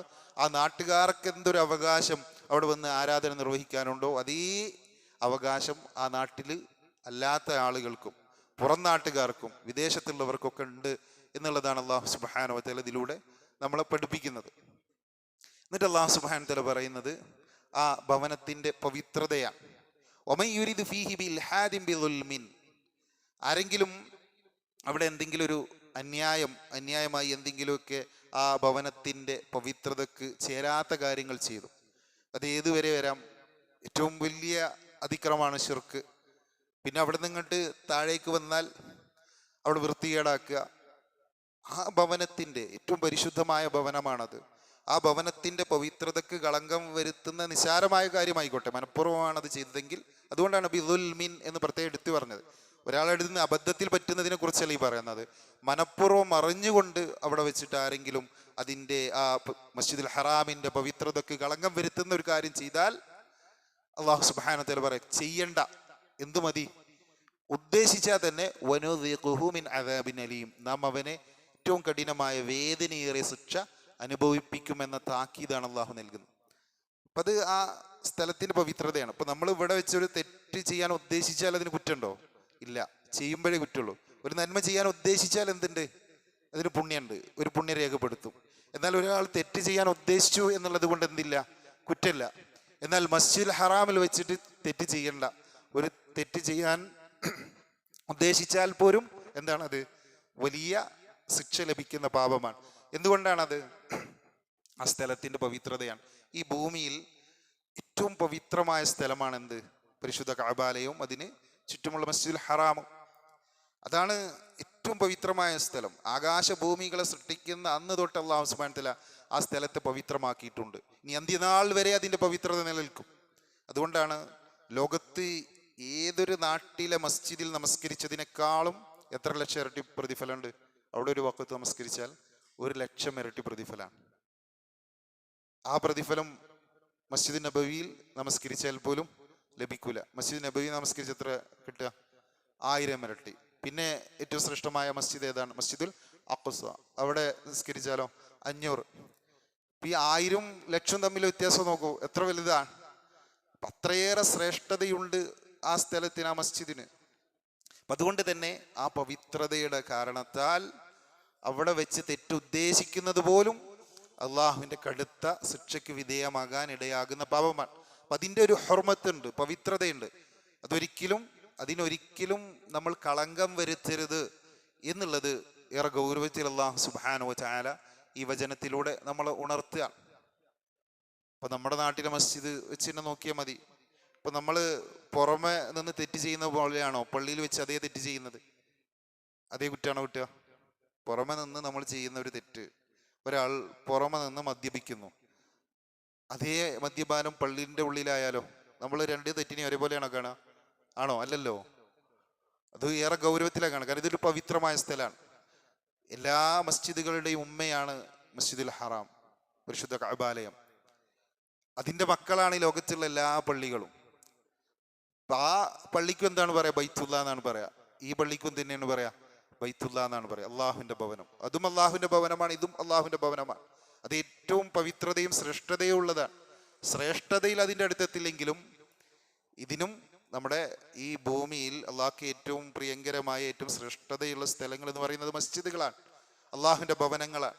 അപ്പൊ ആ ഭവനങ്ങളിൽ വെച്ച്, അത് നമ്മുടെ നാട്ടിലുള്ള ഒരു പള്ളിയിൽ വെച്ച് നമ്മളൊരു തെറ്റ് ചെയ്യുക, പുറമെ നമ്മൾ വഴക്കുണ്ടാക്കുന്നത് പോലെയല്ല പള്ളീൻ്റെ ഉള്ളിൽ വെച്ച് വഴക്കുണ്ടാക്കുന്നത്, തെറി പറയുന്നത്, അതേറെ ഗൗരവമുള്ള തെറ്റാണ്. പുറമെ ഉള്ളതിനേക്കാളും ഗൗരവമാണ് എന്നർത്ഥം. കാരണം ഇതിനൊരു പവിത്രതയുണ്ട്. ഇത് നമ്മുടെ മനസ്സിന്ന് പോകരുത്. ഇത് അള്ളാഹിന്റെ ഭവനാണ്, ഇത് നമ്മുടെ വീടല്ല, ഇത് ഉടമസ്ഥനായ റബ്ബിന്റെ ഭവനാണ്. അതിൻ്റെ ഒരു പവിത്രത അത് നമ്മുടെ നാട്ടിലെ മസ്ജിദ് ആയാലും നമ്മൾ കൊടുക്കണം. മസ്ജിദുൽ ഹറാം അതിൻ്റെ ഏറ്റവും ഉന്നത പദവിയിൽ നിൽക്കുന്നതാണെന്നുള്ളത് കൊണ്ട് തന്നെ അതിൻ്റെ പവിത്രത ഏറ്റവും ഉന്നതമാണ്. അതുകൊണ്ട് അവിടെ കൂടുതൽ ശ്രദ്ധിക്കണം. അതാണ് അള്ളാഹു സുബ്ഹാനഹു വ തആല ഈ വചനത്തിലൂടെ പഠിപ്പിക്കുന്നത്. അപ്പം അള്ളാഹു സുബ്ഹാനഹു വ തആല ഈ വചനത്തിലൂടെ പഠിപ്പിക്കുന്ന കാര്യങ്ങളിലൊന്ന്, മസ്ജിദുൽ ഹറാം ലോകത്തിലെ എല്ലാ മുസ്ലിമീങ്ങൾക്കും അവകാശപ്പെട്ടതാണ്. അത് ഞങ്ങൾ അറബികളുടെ സ്വന്തമാണെന്ന് അവർക്ക് പറയാൻ അവകാശമില്ല. കാരണം അത് ജനങ്ങൾക്ക് വേണ്ടി അള്ളാഹു സുബ്ഹാനഹു വ തആല നിർമ്മിച്ച സ്ഥാപിച്ച ഭവനമാണ്. അതിനാണ് അള്ളാഹു സുബ്ഹാനഹു വ തആല അത് വെച്ചിട്ടുള്ളത്. അതുകൊണ്ട് ആ നാട്ടുകാരാണ് എന്നുള്ളത് കൊണ്ട് ഒരു പ്രത്യേക അവകാശം ആരാധനയുടെ വിഷയത്തിലില്ല. അതുകൊണ്ട് തന്നെ ആരാധന ഉദ്ദേശിച്ച ഒരു മുഅ്മിൻ, ഒരു മുസ്ലിം അവിടെ വന്നാൽ തടയാൻ പറ്റൂല. എന്നാൽ അക്രമം ഉദ്ദേശിച്ച് വരികയാണെങ്കിലോ തടയാം. ഇപ്പൊ ഷിയാക്കളൊക്കെ അവിടെ അക്രമം ഉദ്ദേശിച്ച് വന്നു, അപ്പൊ അവരെ തടഞ്ഞു, അവര് അവിടെ നിന്ന് തുരത്തി. ഈ പറയുന്നത് അക്രമം ഉദ്ദേശിച്ച് വരുന്നതിനെ കുറിച്ചല്ല, എന്തുദ്ദേശിച്ച് വരുന്നതിനെ കുറിച്ചാണ്? ആരാധനക്ക് അവിടെ ഇഅ്തികാഫിലായി കഴിഞ്ഞുകൂടാൻ, അല്ലെങ്കിൽ അവിടെ വെച്ച് നമസ്കരിക്കാൻ, തവാഫ് ചെയ്യാൻ, ഉംറക്ക്, ഇങ്ങനെയൊക്കെ വരുന്ന ആളുകളെ തടയുക എന്നുള്ളത് പാടില്ലാത്തതാണ് എന്നുള്ളതാണ് ഈ ആയത്ത് നമ്മളെ പഠിപ്പിക്കുന്നത്. അതാണ് ഒന്ന്. രണ്ട്, നാട്ടുകാർക്കും വിദേശികൾക്കൊക്കെ ആരാധനയിൽ തുല്യ അവകാശമാണുള്ളത് എന്നുള്ളത് ഈ ആയത്ത് പഠിപ്പിക്കുന്നു. മൂന്ന്, ഹറമിൽ തെറ്റ് ചെയ്യാൻ ഉദ്ദേശിക്കുന്നത് പോലും എന്താണ്? വലിയ ശിക്ഷയ്ക്ക് കാരണമാണ്. അത് ആ ഭവനത്തിന്റെ പവിത്രതയാണ് നമ്മളെ പഠിപ്പിക്കുന്നത്. ഇനി തൊട്ടടുത്ത വചനം, വഇദ് ബവ്വഇന. വഇദ് പറഞ്ഞ ആ സന്ദർഭം. അപ്പൊ ഇത് എന്ന് പറയുമ്പോൾ അതെപ്പോഴും പാസ്റ്റ് കാരം, കഴിഞ്ഞ കാര്യങ്ങൾക്ക് മുമ്പിൽ എന്ത് വരുള്ളൂ? ഇത് വരുള്ളൂ. ഇത് കുറേ ഒരു 5000 വർഷങ്ങൾക്ക് മുമ്പുള്ള കാര്യമാണ് ഇപ്പൊ ഈ പറയുന്നത്. വഇദ് ബവ്വഇന, നാം ഉറപ്പിച്ചു നൽകി. വഇദ് ബവ്വഇന, നാം ഉറപ്പിച്ചു നൽകിയ സന്ദർഭം. ലി ഇബ്രാഹിമ, ആർക്ക്? ഇബ്രാഹിം അലൈഹിസ്സലാത്തു വസ്സലാമിന്. എന്ത്? മക്കാൻ. മക്കാൻ പറഞ്ഞ സ്ഥാനം. മക്കാൻ അൽ ബൈത്തി, ആ വീടിന്റെ സ്ഥാനം. ഏത് വീടിനെ കുറിച്ച് ഇപ്പൊ ഈ പറയുന്നത്? മസ്ജിദുൽ ഹറാം അഥവാ പരിശുദ്ധ കഅബാലയം. കഅബാലയത്തിന്റെ സ്ഥാനം കാണിച്ചു കൊടുത്ത കാര്യമാണ് ഈ പറയുന്നത്. അപ്പൊ ആ സന്ദർഭത്തെ കുറിച്ച് നിങ്ങൾ ഓർക്കുക എന്നുള്ളതാണ് അതുകൊണ്ട് ഉദ്ദേശിക്കുന്നത്. ഇബ്രാഹിം അലൈഹി സ്വലാത്തു വസ്സലാമിന് ആ ഭവനത്തിന്റെ സ്ഥാനം അള്ളാഹു സുബ്ഹാനഹു വ തആല കാണിച്ചു കൊടുത്ത സന്ദർഭം. അത് മാത്രമല്ല, അള്ളാഹു സുബ്ഹാനഹു വ തആല കൽപ്പിക്കുകയും ചെയ്തു, അല്ലാ തുശ്രിക് ബി ശൈഅ, അല്ലാ തുശ്രിക്, നീ പങ്ക് ചേർക്കരുതെന്നും, ബി എന്നോട്, ശൈഅ ഒരു വസ്തുവെയും. അള്ളാഹുവിനോട് ഒന്നിനെയും പങ്കു ചേർക്കരുത്. പ്രത്യേകിച്ചും ഈ നിർമ്മിക്കപ്പെടുന്ന ഭവനം അള്ളാഹുവിനെ മാത്രം ആരാധിക്കാനുള്ളതാണ്. അവിടെ ഒരിക്കലും ഷിർക്കിന്റെ അടയാളം ഉണ്ടാവാൻ പാടില്ല. വതുഹീർ, അത് മാത്രമല്ല, ഇതൊക്കെ ആദ്യ സ്ഥാനം കാണിച്ചു കൊടുത്തു. പിന്നെ എങ്ങനെ ആ മസ്ജിദ് മുന്നോട്ട് കൊണ്ടുപോകണം എന്നുള്ളതാണ് അള്ളാഹു സുബ്ഹാനഹു വ തആല ഇബ്രാഹിം അലൈഹി സ്വലാത്തു വസ്സലാമിനോട് കൽപ്പിക്കുന്നത്. വതുഹീർ, തുഹീർ പറഞ്ഞ നീ ശുദ്ധമാക്കി വെക്കണം, കൽപ്പനയാണ്, അമ്രാണത്. തൊഹാറ എന്നുള്ളതാണ് അതിൻ്റെ മാളി, യുതഹിറു എന്നുള്ളതാണ് അതിൻ്റെ മുലാരി. തൊഹീർ എന്നാകുമ്പോഴോ നീ ശുദ്ധമാക്കുക. അതൊരു കൽപ്പനയാണ്, ഫിഅലുൽ അംറാൻ. വതുഹിർ, നീ ശുദ്ധമാക്കി വെക്കണം. ബൈത്തി, ബൈത്തിയ, എൻ്റെ ഭവനം. ബൈത്തി പറഞ്ഞാൽ എൻ്റെ ഭവനം. ബൈത്തും ഭവനം, ബൈത്തി എൻ്റെ ഭവനം. എൻ്റെ ആ ഭവനത്തെ നീ ശുദ്ധമാക്കി വെക്കണം. ആർക്ക് വേണ്ടി? ലിത്വാഇഫീന, തവാഫ് ചെയ്യുന്നവർക്ക് വേണ്ടി. വൽ ഖായിമീന, അതുപോലെ നിൽക്കുന്നവർക്ക് വേണ്ടി. അവിടെ ആരാധനകളിൽ കഴിഞ്ഞുകൂടുന്നവർക്ക്, നമസ്കരിക്കുന്നവർക്കൊക്കെ വേണ്ടി, അല്ലെങ്കിൽ അവിടെ ഇഅ്തികാഫ് ഇരിക്കുന്നവർക്ക് വേണ്ടി ഒക്കെ അർത്ഥം പറയാം. വർ റുക്അഇ, അതുപോലെ തന്നെ റുക്കൂ ചെയ്യുന്നവർക്ക് വേണ്ടി. അസ്സുജൂദ്, സുജൂദ് ചെയ്യുന്നവർക്ക് വേണ്ടി, അഥവാ നമസ്കരിക്കുന്നവർക്ക് വേണ്ടി അതിനെ വൃത്തിയാക്കി വെക്കണം. അപ്പോൾ മൊത്തത്തിൽ അർത്ഥം പറഞ്ഞാൽ ഇത് ബവ്വഇന ലി ഇബ്രാഹീമ മക്കാനൽ ബൈത്ത്, ഈ ഭവനത്തിൻ്റെ, ഈ പരിശുദ്ധമായ കഅബാലയത്തിൻ്റെ സ്ഥാനം നാം ആർക്ക് കാണിച്ചു കൊടുത്തു? ഇബ്രാഹിം അലൈഹി സ്വലാത്തു വസ്സലാമിന് കാണിച്ചു കൊടുത്തു. ആ സന്ദർഭത്തെക്കുറിച്ച് നിങ്ങൾ ആലോചിക്കണം. അതുമാത്രമല്ല, അല്ലാഹു സുബ്ഹാനഹു വ തആല കൽപ്പിക്കുകയും ചെയ്തു. ആരോട്? ഇബ്രാഹിം അലൈഹി സ്വലാത്തു വസ്സലാമിനോട്, അല്ലാ തുശ്രിക് ബി ശൈഅ, എന്നെ കൊണ്ട് ഒന്നിനെയും പങ്കു ചേർക്കരുത്. അതുമാത്രമല്ല, വതുഹിർ ബൈതിയ ലിത്വാഇഫീന വൽ ഖായിമീന വറുക്അഇ സുജൂദ്, അവിടെ തവാഫ് ചെയ്യുന്നവർക്ക്, അവിടെ നിൽക്കുന്നവർക്ക്, അതുപോലെ തന്നെ അവിടെ റുക്കൂഉം സുജൂദും ചെയ്യുന്നവർക്ക്, അഥവാ നമസ്കരിക്കുന്നവർക്ക്, ആരാധന നിർവഹിക്കുന്നവർക്ക് വേണ്ടി ആ ഭവനത്തെ നല്ല ശുദ്ധിയാക്കി വെക്കണം. അപ്പം ഇവിടെ ഈ ആയത്തിലുള്ളതൊന്ന് കഅബയുടെ നിർമ്മാണ ചരിത്രം, അതിൻ്റെ തുടക്കം, പിന്നെ അതെന്തിനു വേണ്ടിയാണെന്നുള്ളത്, പിന്നെ ആ ഭവനത്തിൻ്റെ ശുദ്ധീകരണത്തിൻ്റെ ഉത്തരവാദിത്വം ഇബ്രാഹിം അലൈഹി സ്വലാത്തു വസ്സലാമിനെ ഏൽപ്പിച്ചത്, അതുപോലെ തന്നെ അവിടെ ആരാധന നിർവഹിക്കാൻ വരുന്ന ആളുകളുടെ അവകാശങ്ങൾ സംരക്ഷിക്കൽ, ഇതൊക്കെ ഈ ആയത്ത് നമ്മൾ പഠിപ്പിക്കുന്നതാണ്. അപ്പോൾ ഒന്നാമത് ഇത് ബവ്വഇന ലി ഇബ്രാഹീമ മക്കാനൽ ബൈത്ത്, ഈ പരിശുദ്ധ കഅബാലയം നിർമ്മിക്കാനുള്ള സ്ഥലം ഇബ്രാഹിം അലൈഹി സ്വലാത്തു വസ്സലാം സ്വയം തിരഞ്ഞെടുത്തതാണോ? അല്ല.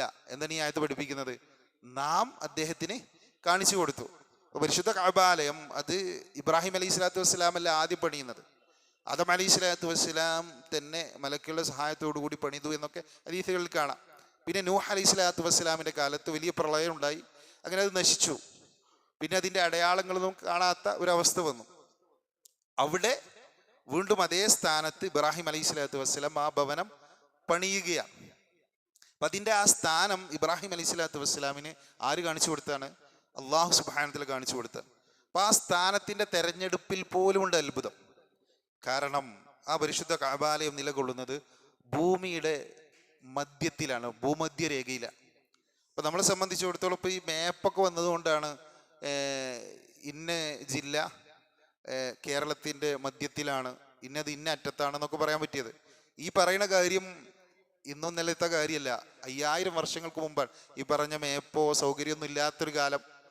ഈ പറഞ്ഞ പ്രദേശമാണെങ്കിലോ ആൾതാമസമില്ലാത്ത ഒരു മരുഭൂമി, ഒരാളോട് താമസിക്കുന്നില്ല, അങ്ങനെ വിജന്നമായൊരു സ്ഥലം. അവിടെയാണ് അല്ലാഹു സുബ്ഹാനഹു വ തആല പരിശുദ്ധ കഅബാലയം നിർമ്മിക്കാനുള്ള സ്ഥാനം ആർക്ക് കാണിച്ചു കൊടുക്കുന്നത്? ഇബ്രാഹിം അലൈഹി സ്വലാത്തു വസ്സലാമിന് കാണിച്ചു കൊടുക്കുന്നത്. അപ്പം ആ തെരഞ്ഞെടുപ്പ് ഇപ്പം നമ്മൾ അത്ഭുതപ്പെടുത്തുകയാണ്. കാരണം ഭൂമിയുടെ മധ്യത്തിലാണ്. കാരണം ആ ഭൂമിയുടെ മധ്യത്തിലായതുകൊണ്ടാണ് ഈ ഭൂമിയിലെ വ്യത്യസ്ത കോണുകളിലെ മനുഷ്യർക്ക് അങ്ങോട്ട് തിരിഞ്ഞ് നമസ്കരിക്കാൻ പറ്റുന്നത്. ഏത് ഭാഗത്തിലെ ആളുകൾക്കും അങ്ങോട്ട് തിരിയാം, കാരണം ഇത് മധ്യത്തിലാണുള്ളത്.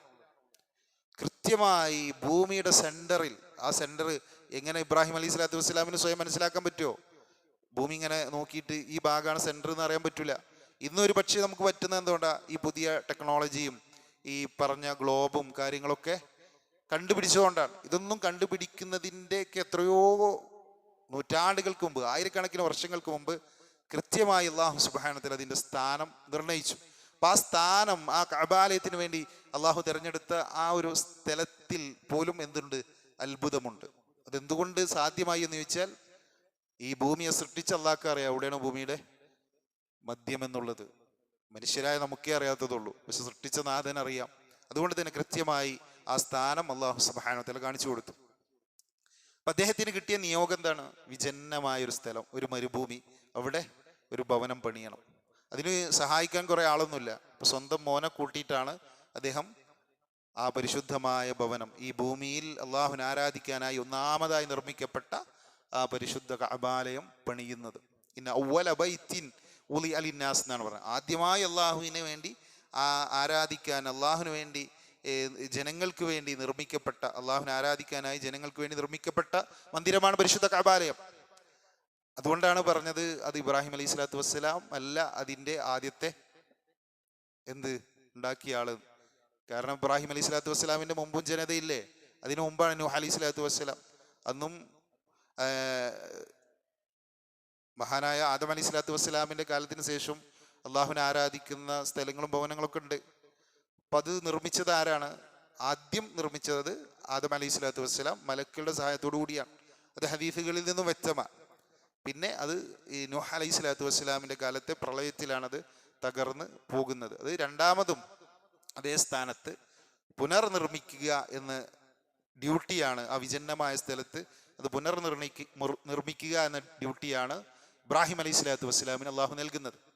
അതോടൊപ്പം തന്നെ അള്ളാഹുവിന്റെ കൽപ്പന വന്നു, അല്ലാ തുശ്രിക് ബി ശൈഅ, ഒന്നിനെയും പങ്കു ചേർക്കരുത്. അപ്പൊ കഅബ, ആ പരിശുദ്ധ കഅബാലയം സ്ഥാപിച്ചത് തന്നെ അള്ളാഹുവിനെ മാത്രം ആരാധിക്കാനാണ്. തൗഹീദാണ് അതിന്റെ ലക്ഷ്യം. അവിടെ നിന്ന് ശിർക്ക് പൂർണ്ണമായി ഒഴിവാക്കണം. അപ്പൊ അവിടെ ഈ ആയത്ത് അവതരിക്കുന്ന സന്ദർഭത്തിൽ പരിശുദ്ധ കഅബാലയത്തിൽ ഒരുപാട് വിഗ്രഹങ്ങളുണ്ട്. അപ്പൊ അവർ ചെയ്യുന്ന പണി എന്ന് പറയുന്നത് ഈ അള്ളാഹു സുബ്ഹാനഹു വ തആല എന്തിന് ഈ പരിശുദ്ധ കഅബാലയം സ്ഥാപിച്ചു എന്നതിന്റെ ലക്ഷ്യത്തിന് തന്നെ എതിരാണ്. കാരണം ഇത് നിർമ്മിക്കാൻ, ഇതുണ്ടാക്കാൻ ഇബ്രാഹിം അലൈഹി സ്വലാത്തു വസ്സലാമിനോട് കൽപ്പിച്ച സന്ദർഭത്തിൽ തന്നെ അള്ളാഹു കൽപ്പിച്ചിട്ടുണ്ട് എന്ത്? ഒന്നിനെയും പങ്കു ചേർക്കരുത്. ആ ശിർക്കിന്റെ ഒരു അടയാളവും ആ പറഞ്ഞ ഭവനത്തിൽ ഉണ്ടാകരുത് എന്നുള്ളത്. എന്നാൽ അള്ളാഹുവിന്റെ ആ കൽപ്പനയൊക്കെ കാറ്റിൽ പകർത്തുകയാണ് നിഷേധികൾ ചെയ്തത് എന്നൊരു സൂചന കൂടി ഈ വാക്കിലുണ്ട്. ഇബ്രാഹിം അലൈഹി സ്വലാത്തു വസ്സലാമിന് ലഭിച്ച കൽപ്പനയാണത്.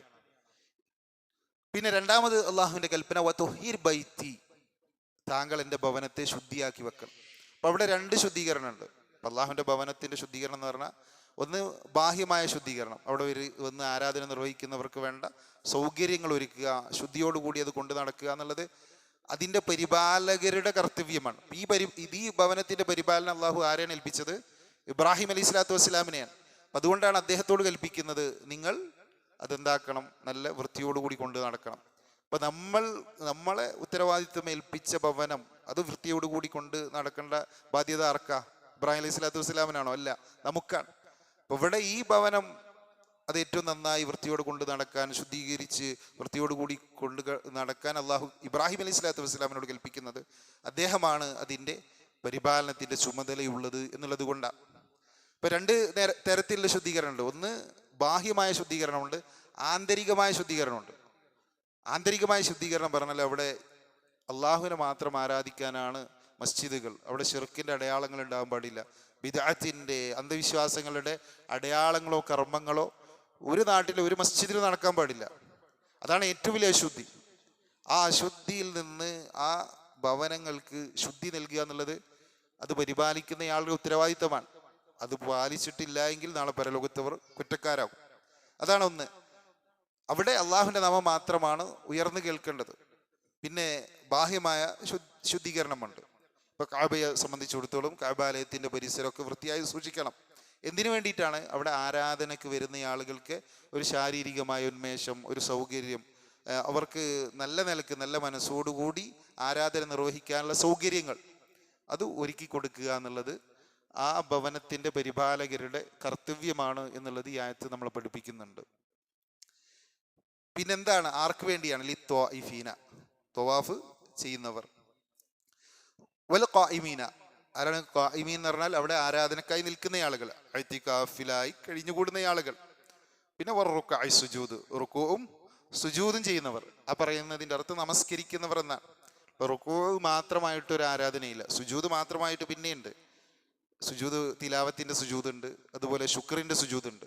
എന്നാൽ റുക്കൂ മാത്രമായിട്ട് എന്തില്ല, ഒരു ആരാധനയില്ല. ഇപ്പൊ റുക്കൂ ചെയ്യുക അല്ലെങ്കിൽ റുക്കൂവും സുജൂദ് ഇങ്ങനെ ചേർത്ത് പറയുമ്പോൾ നമ്മൾ എന്ത് മനസ്സിലാക്കണം? അവിടെ ഉദ്ദേശിക്കുന്നത് എന്താണ്? നമസ്കാരമാണ്. അപ്പൊ ആ ഭവനം ആരാധനക്ക് ആ ഭവനത്തിൽ ആരാധനക്കായി വരുന്ന എല്ലാവർക്കും വേണ്ടി വൃത്തിയാക്കി വെക്കണം എന്നുള്ളതാണ് അല്ലാഹു സുബ്ഹാനഹു വ തആല ഇബ്രാഹിം അലൈഹി സ്വലാത്തു വസ്സലാമിനോട് കൽപ്പിക്കുന്നത്.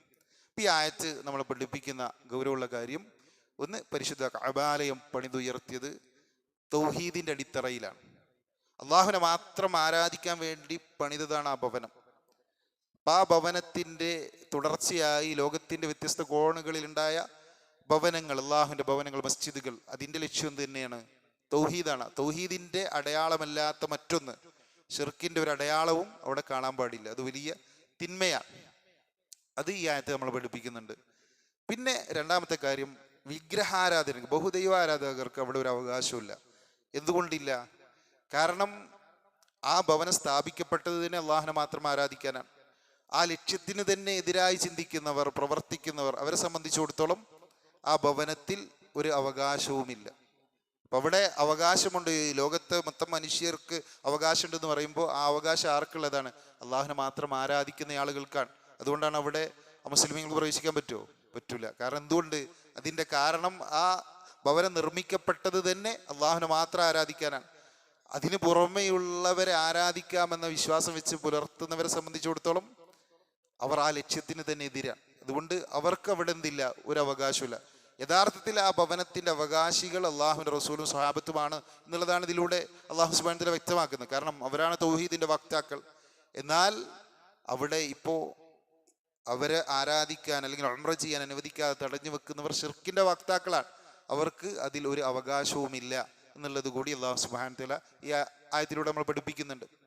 പിന്നെ പള്ളികൾ പരിപാലിക്കുമ്പോൾ തൗഹീദ് അഥവാ ആന്തരികമായ ശുദ്ധി പാലിക്കണം. അതോടൊപ്പം തന്നെ ബാഹ്യമായ ശുചിത്വവും നിർബന്ധമാണ്. അത് പരിപാലിക്കുന്ന ആളുകൾ ശ്രദ്ധിക്കണം എന്ന പാഠം കൂടി ഈ ആയത്ത് നമുക്ക് നൽകുന്നുണ്ട്. ഇനി തൊട്ടടുത്ത ആയത്ത് നോക്കില്ല, വഅദ്ദിൻ. വഅദ്ദിൻ എന്ന് പറഞ്ഞാൽ എന്താ? നീ പ്രഖ്യാപിക്കുക, അറിയിക്കുക, അല്ലെ? മുഅദ്ദിൻ എന്ന് പറയും ആരെ? ബാങ്ക് കൊടുക്കുന്ന ആൾ. അയാൾ എന്താ ചെയ്യുന്നത്? മുഅദ്ദിന്റെ പണി എന്താ? നമസ്കാരത്തെ കുറിച്ച് അറിയിക്കുകയാണ്. അതുകൊണ്ടാണ് അയാൾക്ക് മുഅദ്ദിൻ എന്ന് പേര് വന്നത്. അദാൻ എന്ന് പറയും എന്തിന്? ബാങ്കിന്. അതൊക്കെ ഈ വാക്കിൽ നിന്നാണ്. വഅദ്ദിൻ. ഇപ്പൊ ഇവിടെ പിന്നെ ക്ഷണിക്കാൻ അല്ലെങ്കിൽ വിളിച്ചു പറയുന്ന വിഷയം ഏതാണ്? നമസ്കാരാണോ ഹജ്ജാണോ? ഹജ്ജിനെ വിളിക്കുന്ന കാര്യമാണ് പറയുന്നത്. വഅദ്ദിൻ, നീ പ്രഖ്യാപിക്കുക, നീ അറിയിക്കുക, ഫിന്നാസ്, മനുഷ്യരിൽ, ബിൽ ഹജ്ജി, ഹജ്ജിനെ കുറിച്ച്, ഹജ്ജ് തീർത്ഥാടനത്തെ കുറിച്ച്. ഇബ്രാഹിം അലൈഹി സ്വലാത്തു വസ്സലാം ഇപ്പോൾ എന്ത് പണിതു? പരിശുദ്ധ കഅബാലയം പണിതു. അത് നല്ല വൃത്തിയോടെ കൊണ്ടു നടക്കണം എന്ന് അള്ളാഹു കൽപ്പിച്ചു. ഇബ്രാഹിം അലൈഹി സ്വലാത്തു വസ്സലാം പരിശുദ്ധ കഅബാലയം പണിതു. അത് ഏറ്റവും നല്ല വൃത്തിയോടെ കൊണ്ട് നടക്കണം എന്ന് അള്ളാഹു കൽപ്പിച്ചു. ശേഷം അള്ളാഹു കൽപ്പിക്കാൻ, ഇത് കൽപ്പനയാണ്, ഫിഅലുൽ അംറാണ്, അള്ളാഹുവിന്റെ കൽപ്പന. അദ്ദന യുഅദ്ദിനു, അദ്ദന എന്നുള്ളതാണ് അതിന്റെ മാളി. അതിന്റെ മുളാരി യുഅദ്ദിനു.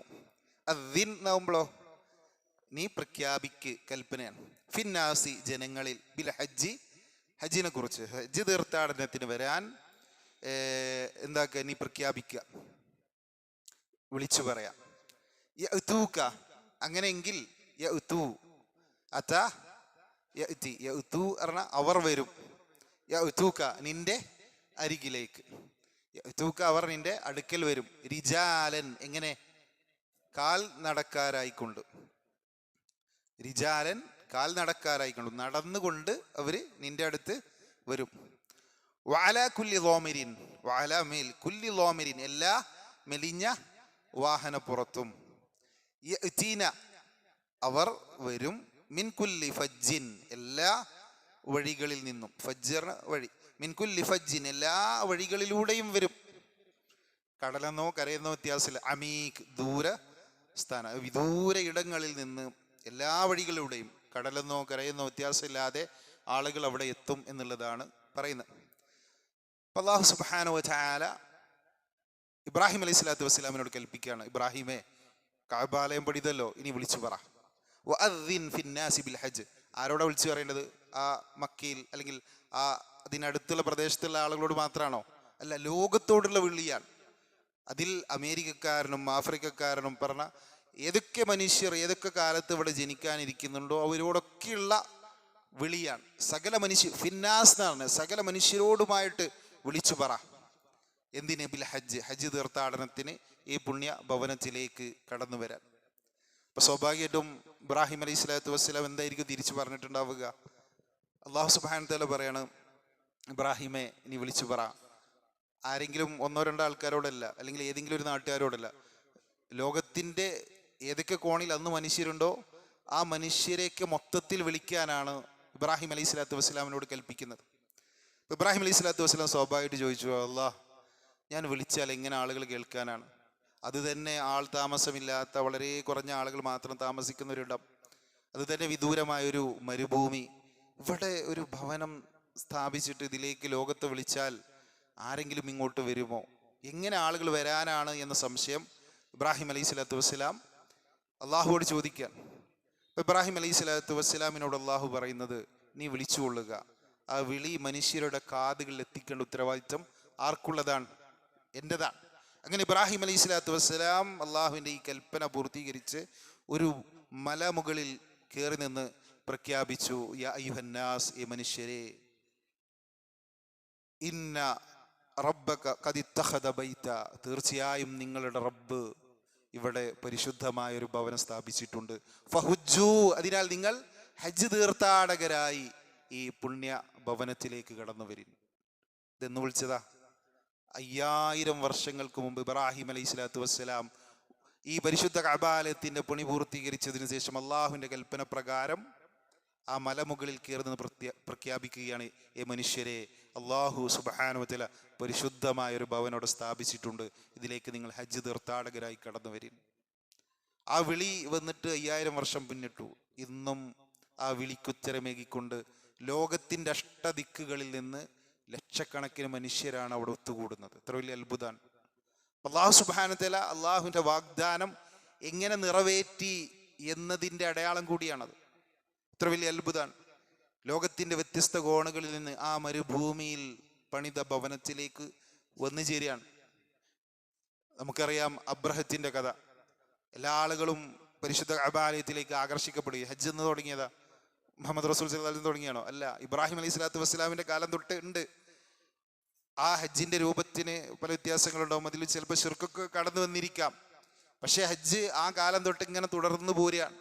അപ്പൊ എല്ലാവരും ഈ പരിശുദ്ധ കഅബാലയത്തിലേക്ക് ആകർഷിക്കപ്പെടുന്നു. അപ്പോഴാണ് അബ്രഹത്ത് ഇതിൽ അസൂയ പൂണ്ടിട്ട് തൻ്റെ നാട്ടിൽ ഈ കഅബാലയത്തെക്കാളും നല്ല മനോഹരമായ ഒരു ഭവനം പണിതിട്ട് അങ്ങോട്ട് ക്ഷണിക്കുന്നത്. ആരെങ്കിലും പോയോ? ആർക്കെങ്കിലും അങ്ങനെ ഒരു ഭവനത്തെക്കുറിച്ച് അറിയോ? ഇല്ല. ആ കാരണത്താൽ അവനും അവൻ്റെ പടയും നശിപ്പിക്കപ്പെട്ടു. ഇതിനേക്കാളും മനോഹരമായ, ഇതിനേക്കാളും ആളുകൾക്കിടയിൽ ഇതിനെ പറ്റിയിട്ട് പബ്ലിസിറ്റി ചെയ്യാൻ കഴിവുള്ള ഒരാൾ അപ്പുറത്ത് ഇതിന് പകരം നിർമ്മിച്ചിട്ട് ഇന്ന് അതിൻ്റെ ഓർമ്മ പോലും ആരുടെ മനസ്സിലില്ല.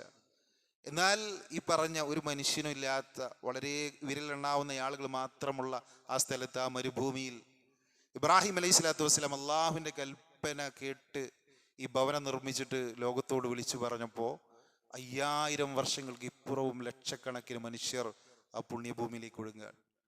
അള്ളാഹുവിൻ്റെ വാക്ക്, ആ വാഗ്ദാനം എത്രത്തോളം സത്യമാണ്, അത് പുലരും എന്നുള്ളതിൻ്റെ നമ്മുടെ കണ്ണിൽ കാണുന്ന ദൃഷ്ടാന്തമാണ് ഇതൊക്കെ.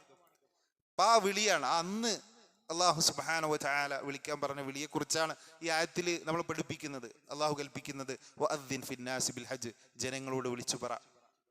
ഇതാരെ വിളിച്ചതാണ്? ഇബ്രാഹിം അലൈഹി സ്വലാത്തു വസ്സലാമിൻ്റെ വിളിയാണോ? അതല്ല അള്ളാഹിൻ്റെ വിളിയാണോ? ആരാണ് വിളിച്ചത്? വിളിച്ചത് ഇബ്രാഹിം അലൈഹി സ്വലാത്തു വസ്സലാം ആണെങ്കിലും യഥാർത്ഥത്തിൽ അത് ആരെ വിളിയാ? അള്ളാഹുവിൻ്റെ വിളിയാണ്. കാരണം ഹജ്ജിന് പോകുന്ന ആളുകൾ എന്താ പറയുന്നത്? ലബ്ബൈക്ക് അല്ലാഹുമ്മ ലബ്ബൈക്ക് എന്നല്ലേ? ഞങ്ങൾ നിന്റെ വിളിക്കുത്തരമേകി അള്ളാഹു വന്നിരിക്കുന്നു എന്ന. യഥാർത്ഥത്തിൽ വിളിച്ചത് ഇബ്രാഹിം അലൈഹി സ്വലാത്തു വസ്സലാം ആണെങ്കിലും യഥാർത്ഥത്തിൽ ആ വിളി ആരുടെ വിളിയാണ്? അള്ളാഹുവിൻ്റെ വിളിയാണ്. ആ വിളിക്കുത്തരം നൽകാൻ ഭാഗ്യം കിട്ടിയവരൊക്കെ അവിടെ ചെല്ലുമ്പോൾ എന്താ പറയുന്നത്? ഇബ്രാഹിമേ, നിന്റെ വിളിക്കുത്തരമേക്ക് ഞങ്ങൾ വന്നിരിക്കുന്നു എന്നാണോ? അല്ല, ലബ്ബൈക്ക് അല്ലാഹുമ്മ ലബ്ബൈക്ക്, അള്ളാഹുവേ നിന്റെ വിളിക്കുത്തരമേകി ഞങ്ങളിതാ വന്നു ചേർന്നിരിക്കുന്നു എന്ന. അപ്പൊ നമ്മൾ ബാങ്ക് വിളിക്കുമ്പോൾ വിളിക്കുന്നത് മുഅദ്ദിനാണെങ്കിൽ യഥാർത്ഥത്തിൽ അത് ആരെ വിളിയാ? അള്ളാഹിന്റെ വിളിയാണ്. ഈ മുഅദ്ദിനല്ല വിളിക്കുന്നത്, യഥാർത്ഥത്തിൽ അള്ളാഹുവാണ് വിളിക്കുന്നത്. ആ വിളിക്കുത്തരമേകിയിട്ടില്ലെങ്കിൽ അതിന്റെ ശിക്ഷ ആരുടെ നിന്നാ കിട്ടുക? അള്ളാഹിന്റെ അടുത്ത് നിന്ന് തന്നെയാണ്. അപ്പൊ അതുകൂടി നമ്മൾ ഇതിനോട് ചേർത്ത് മനസ്സിലാക്കുക. എന്നിട്ട് അള്ളാഹു സുബ്ഹാനഹു വ തആല പറയുന്നത്, എങ്ങനെയൊക്കെ അവർ വരും? യഅ്തൂക റിജാലൻ, അവർ കാൽനടയായി നിന്റെ അടുത്ത് വരും. വാഹന സൗകര്യങ്ങളില്ലാഞ്ഞിട്ടും പ്രയാസപ്പെട്ട് കാൽനടയായിട്ട് ആളുകൾ നിന്റെ അടുക്കൽ വരും. അള്ളാഹു സുബ്ഹാനഹു വ തആല ഇബ്രാഹിം അലൈഹി സ്വലാത്തു വസ്സലാമിന് നൽകുന്ന വാഗ്ദാനമാണ്. അതൊക്കെ പിൽക്കാലത്ത് പുലർന്നു. അതുപോലെ വഅലാ കുല്ലി ളാമിരിൻ, ബലിഞ്ഞുണങ്ങിയ ഒട്ടകങ്ങളുടെ പുറത്ത്, അഥവാ ദീർഘദൂരം യാത്ര ചെയ്തിട്ടാണ് അവർ പുറപ്പെട്ടു വന്നത്. അവർ പുറപ്പെടുമ്പോൾ അവരുടെ ഒട്ടകൾക്ക് നല്ല തടിച്ചു കൊഴുത്തതായിരുന്നു. പക്ഷേ ആ യാത്രയുടെ ദൈർഘ്യം കാരണം അവിടെ എത്തിയപ്പോഴേക്ക് അവരുടെ ഒട്ടകങ്ങൾക്ക് മെലിഞ്ഞ് ഉണങ്ങിപ്പോയിട്ടുണ്ട്.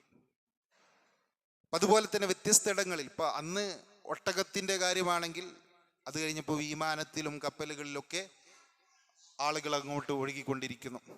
അങ്ങനെ ലോകത്തിൻ്റെ വ്യത്യസ്ത കോണുകളിൽ നിന്ന് ആ പരിശുദ്ധമായ ഭവനത്തിലേക്ക് ഇപ്പോഴും ആളുകൾ ഒഴുകിയെത്തിക്കൊണ്ടിരിക്കുകയാണ്. അതാണ് അള്ളാഹു പറഞ്ഞ മിൻ കുല്ലി ഫജ്ജിൻ അമീഖ്. ഒരു വഴിയിൽ നിന്നല്ല, കടലിലൂടെ മാത്രമല്ല, കരയിലൂടെയും കടലിലൂടെയും ആകാശത്തു കൂടെയും ഇപ്പോൾ ആളുകൾ അവിടെ എത്തുന്നു. അതിലേക്കുള്ള സൂചന അള്ളാഹു സുബ്ഹാനഹു വ തആല അന്ന് തന്നെ നൽകി. എല്ലാ വിദൂരമായ ദുർഘടം പിടിച്ച ഏതൊക്കെ മാർഗങ്ങളുണ്ടോ, ഏതൊക്കെ മാർഗത്തിലൂടെ ആളുകൾക്ക് അവിടെ എത്താൻ സാധിക്കുമോ അതിലൂടെയൊക്കെ ആളുകൾ ഈ പുണ്യഭൂമിയിൽ ഒഴുകിയെത്തുമെന്നുള്ളത് 5000 വർഷങ്ങൾക്ക് മുമ്പ് ഇബ്രാഹിം അലൈഹി സ്വലാത്തു വസ്സലാമിന് അള്ളാഹു നൽകിയ വാഗ്ദാനമാണ്. ആ വാഗ്ദാനത്തിൻ്റെ പുലർച്ചെയാണ് ഓരോ വർഷവും ഹജ്ജിൻ്റെ സീസണിൽ ലക്ഷക്കണക്കിന് മനുഷ്യർ അവിടെ തടിച്ചുകൂടുമ്പോൾ നമ്മൾ കാണുന്നത്. അപ്പം ആ ഒരു വലിയ അനുഗ്രഹം അല്ലെങ്കിൽ വലിയൊരു ദൃഷ്ടാന്തം തീർച്ചയായും നമുക്ക് വഴി കാണിക്കേണ്ടതുണ്ട്. ഇന്നത്തെ ഹദീസ്, ഇദാ ഖാമത്തി സ്സാഅതു വഫി യദി അഹദികും ഫസീല. ഇദാ ഖാമത്തി സ്സാഅ, അന്ത്യനാൾ അടുത്തു വരികയും, വഫി യദി അഹദികും ഫസീല, നിങ്ങളുടെ ഒരാളുടെ കയ്യിൽ ഈത്തപ്പനത്തൈ ഉണ്ടാവുകയും ചെയ്താൽ, ഫഇനിസ്തത്വഅ അൻ യഅരിസഹ, നിങ്ങൾക്കത് നടാൻ സാധിക്കുമെങ്കിൽ ഫലിയഅരിസ്ഹ, അത് നിങ്ങൾ നടണം. ഇതാണ് ഈ ഹദീസ് പഠിപ്പിക്കുന്നത്. അന്ത്യനാൾ അടുത്ത് വരികയും നിങ്ങളുടെ കയ്യിൽ ഒരു ഈത്തപ്പനത്തെ ഉണ്ടാവുകയും ചെയ്താൽ അത് നടാൻ നിങ്ങൾക്ക് സാധിക്കുമെങ്കിൽ അത് നിങ്ങൾ നടണം. എന്താണ് ഇപ്പോൾ ഈ ഹദീസ് നമ്മൾ പഠിപ്പിക്കുന്ന ആശയം? എന്താണ്? മരണം മുന്നിൽ കാണുകയാണെങ്കിലും ഒരു നന്മ ചെയ്യാൻ അവസരം കിട്ടിയാൽ അതെന്താക്കരുത്, പാഴാക്കരുത്. ദിനങ്ങനെ വരുന്നത് കൺമുമ്പിൽ കാണാൻ, പക്ഷെ എപ്പോഴാണ് നമ്മുടെ കയ്യിലൊരു തൈ ഉള്ളത്, അത് നടാൻ നമുക്ക് സാധിക്കുമെങ്കിൽ ആ ഒരു വലിയ നന്മ നമ്മൾ ചെയ്യണം. ഇപ്പോൾ നമ്മുടെ മുമ്പിൽ മരണം കണ്ടുമുട്ടുകയാണെങ്കിൽ, അല്ലെങ്കിൽ നമ്മുടെ കൺമുമ്പിൽ മരണമുണ്ടെങ്കിലും അത് നമ്മളെ നന്മയിൽ നിന്ന് തടയരുത്. മരണം വരെ, ഏതുവരെ? സൽക്കർമ്മങ്ങൾ ചെയ്തുകൊണ്ടേയിരിക്കുക, ഏതൊരു യഖീനാകുന്നത് വരെ എന്നാണ്. എന്താണ് ഈ യഖീൻ? നമ്മുടെ മരണം. അല്ലാഹു സുബ്ഹാനഹു വ തആല പറയുന്നത് അങ്ങനെയാണ്, നിങ്ങൾ സൽക്കർമ്മങ്ങൾ ചെയ്തുകൊണ്ടേയിരിക്കൂ ആ മരണം വന്നു ചേരുന്നത് വരെ. അത് തന്നെയാണ് ഈ ഹദീസും പഠിപ്പിക്കുന്ന കാര്യം. നമുക്കൊരു നന്മ ചെയ്യാൻ സാധിക്കുമെങ്കിൽ അതിന് ഒന്നും തടസ്സമാവരുത്. അതുപോലെ തന്നെ നമ്മൾ തുടങ്ങി വെച്ചൊരു നന്മ, അത് എന്തെങ്കിലും ഒരു പ്രതിസന്ധി വന്നു എന്നുള്ളത് കൊണ്ട് നമ്മൾ നിർത്തരുത്. നമുക്ക് സാധ്യമാകും വിധം അത് പൂർത്തീകരിക്കണം. അതുപോലെ തന്നെ തൈ നടുക എന്നുള്ള നന്മ അത് വലിയ പ്രതിഫലമുള്ളതാണ്. കാരണം ആരൊക്കെയാണ് അതിൻ്റെ ഉപയോഗം ലഭിക്കുക? അതൊരു ഫലവൃക്ഷമാണെങ്കിൽ അതിൽ നിന്നുള്ള കായ്ക്കനികൾ ആരൊക്കെയാണ് ഭക്ഷിക്കുക നമുക്കറിയില്ല. അപ്പം നമുക്ക് പരിചയമില്ലാത്ത, അല്ലെങ്കിൽ നമ്മൾ ഒരിക്കലും കണ്ടിട്ടില്ലാത്ത ആളുകൾക്ക് വരെ അതിൻ്റെ ഉപകാരം ലഭിക്കും. അപ്പം അതിൻ്റെയൊക്കെ നന്മ നമുക്ക് ലഭിച്ചുകൊണ്ടേയിരിക്കും. അതൊക്കെ ഈ ഹദീസ് നമ്മളെ പഠിപ്പിക്കുന്നുണ്ട്.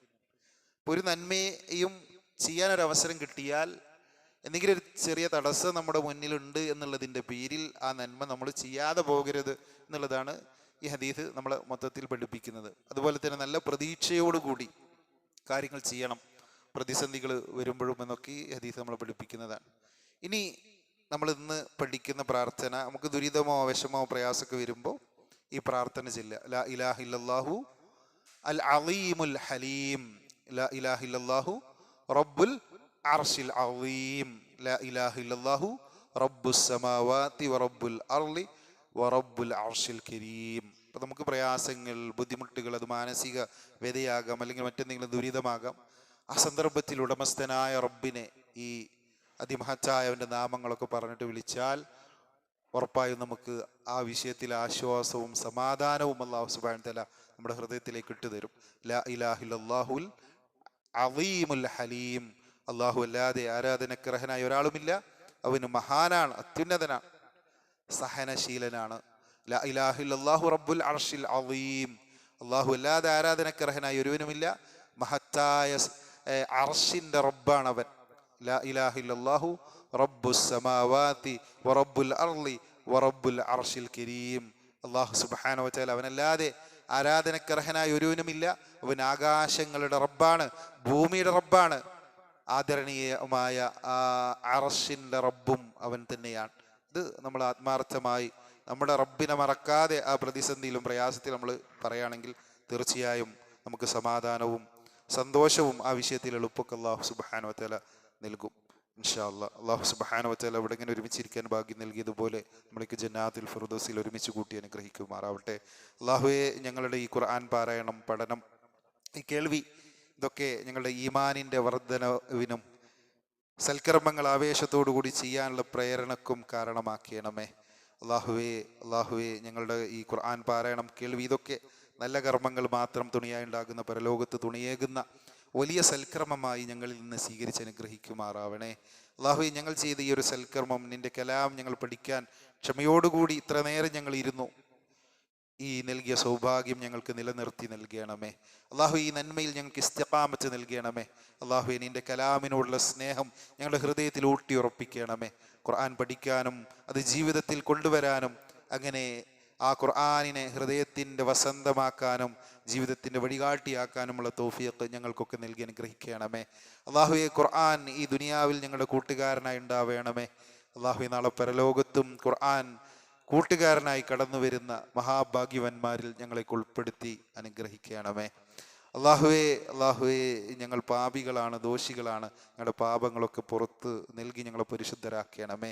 അല്ലാഹുവേ, ജ്വലിക്കുന്ന നരകാഗ്നിയിൽ നിന്ന് ഞങ്ങളുടെ കുടുംബാംഗങ്ങളെ കാത്ത് സംരക്ഷിക്കണമേ. അല്ലാഹുവേ, നിന്റെ സുഖലോക സ്വർഗത്തിൽ ഞങ്ങൾക്കൊക്കെ ഒരുമിച്ചിരിക്കാനുള്ള സൗഭാഗ്യം നൽകി അനുഗ്രഹിക്കണമേ. അല്ലാഹുവേ, ഞങ്ങൾ എത്രയോ ആൾക്കാർ രോഗികളാണ്, പലവിധ രോഗങ്ങൾ കൊണ്ട് പ്രയാസപ്പെടുന്നവരുണ്ട്. ആ രോഗങ്ങളിൽ നിന്നൊക്കെ വിടുതൽ നൽകി അനുഗ്രഹിക്കണമേ. മാരകമായ രോഗങ്ങൾ തൊട്ട് കിടീടസുഖം പോലെ, ക്യാൻസർ പോലെ ഏറെ വേദന തിന്നേണ്ടി വരുന്ന, മറ്റുള്ളവർക്ക് മുമ്പിൽ യാചകരൊക്കെ ആകേണ്ടി വരുന്ന കടുത്ത പരീക്ഷണങ്ങളെ തൊട്ട് ഞങ്ങളുടെ കുടുംബാംഗങ്ങളെ കാത്ത് സംരക്ഷിക്കണമേ. റബ്ബനാ ആതിനാ ഫിദ്ദുനിയ ഹസനതൻ വഫിൽ ആഖിറതി ഹസനതൻ വഖിനാ അദാബന്നാർ. റബ്ബനാ ഹബ് ലനാ മിൻ അസ്വാജിനാ വദുർരിയാതിനാ ഖുറത അയ്ൻ വജഅൽനാ ലിൽമുത്തഖീന ഇമാമാ. ആമീൻ ആമീൻ ബിറഹ്മതിക യാ അർഹമർ റഹീമീൻ. വസല്ലല്ലാഹു അലാ മുഹമ്മദ് വൽഹംദുലില്ലാഹി റബ്ബിൽ ആലമീൻ. സുബ്ഹാനക അല്ലാഹുമ്മ വബിഹംദിക അഷ്ഹദു അൻ ലാ ഇലാഹ ഇല്ലാ അൻത അസ്തഗ്ഫിറുക വഅതുബു ഇലൈക്.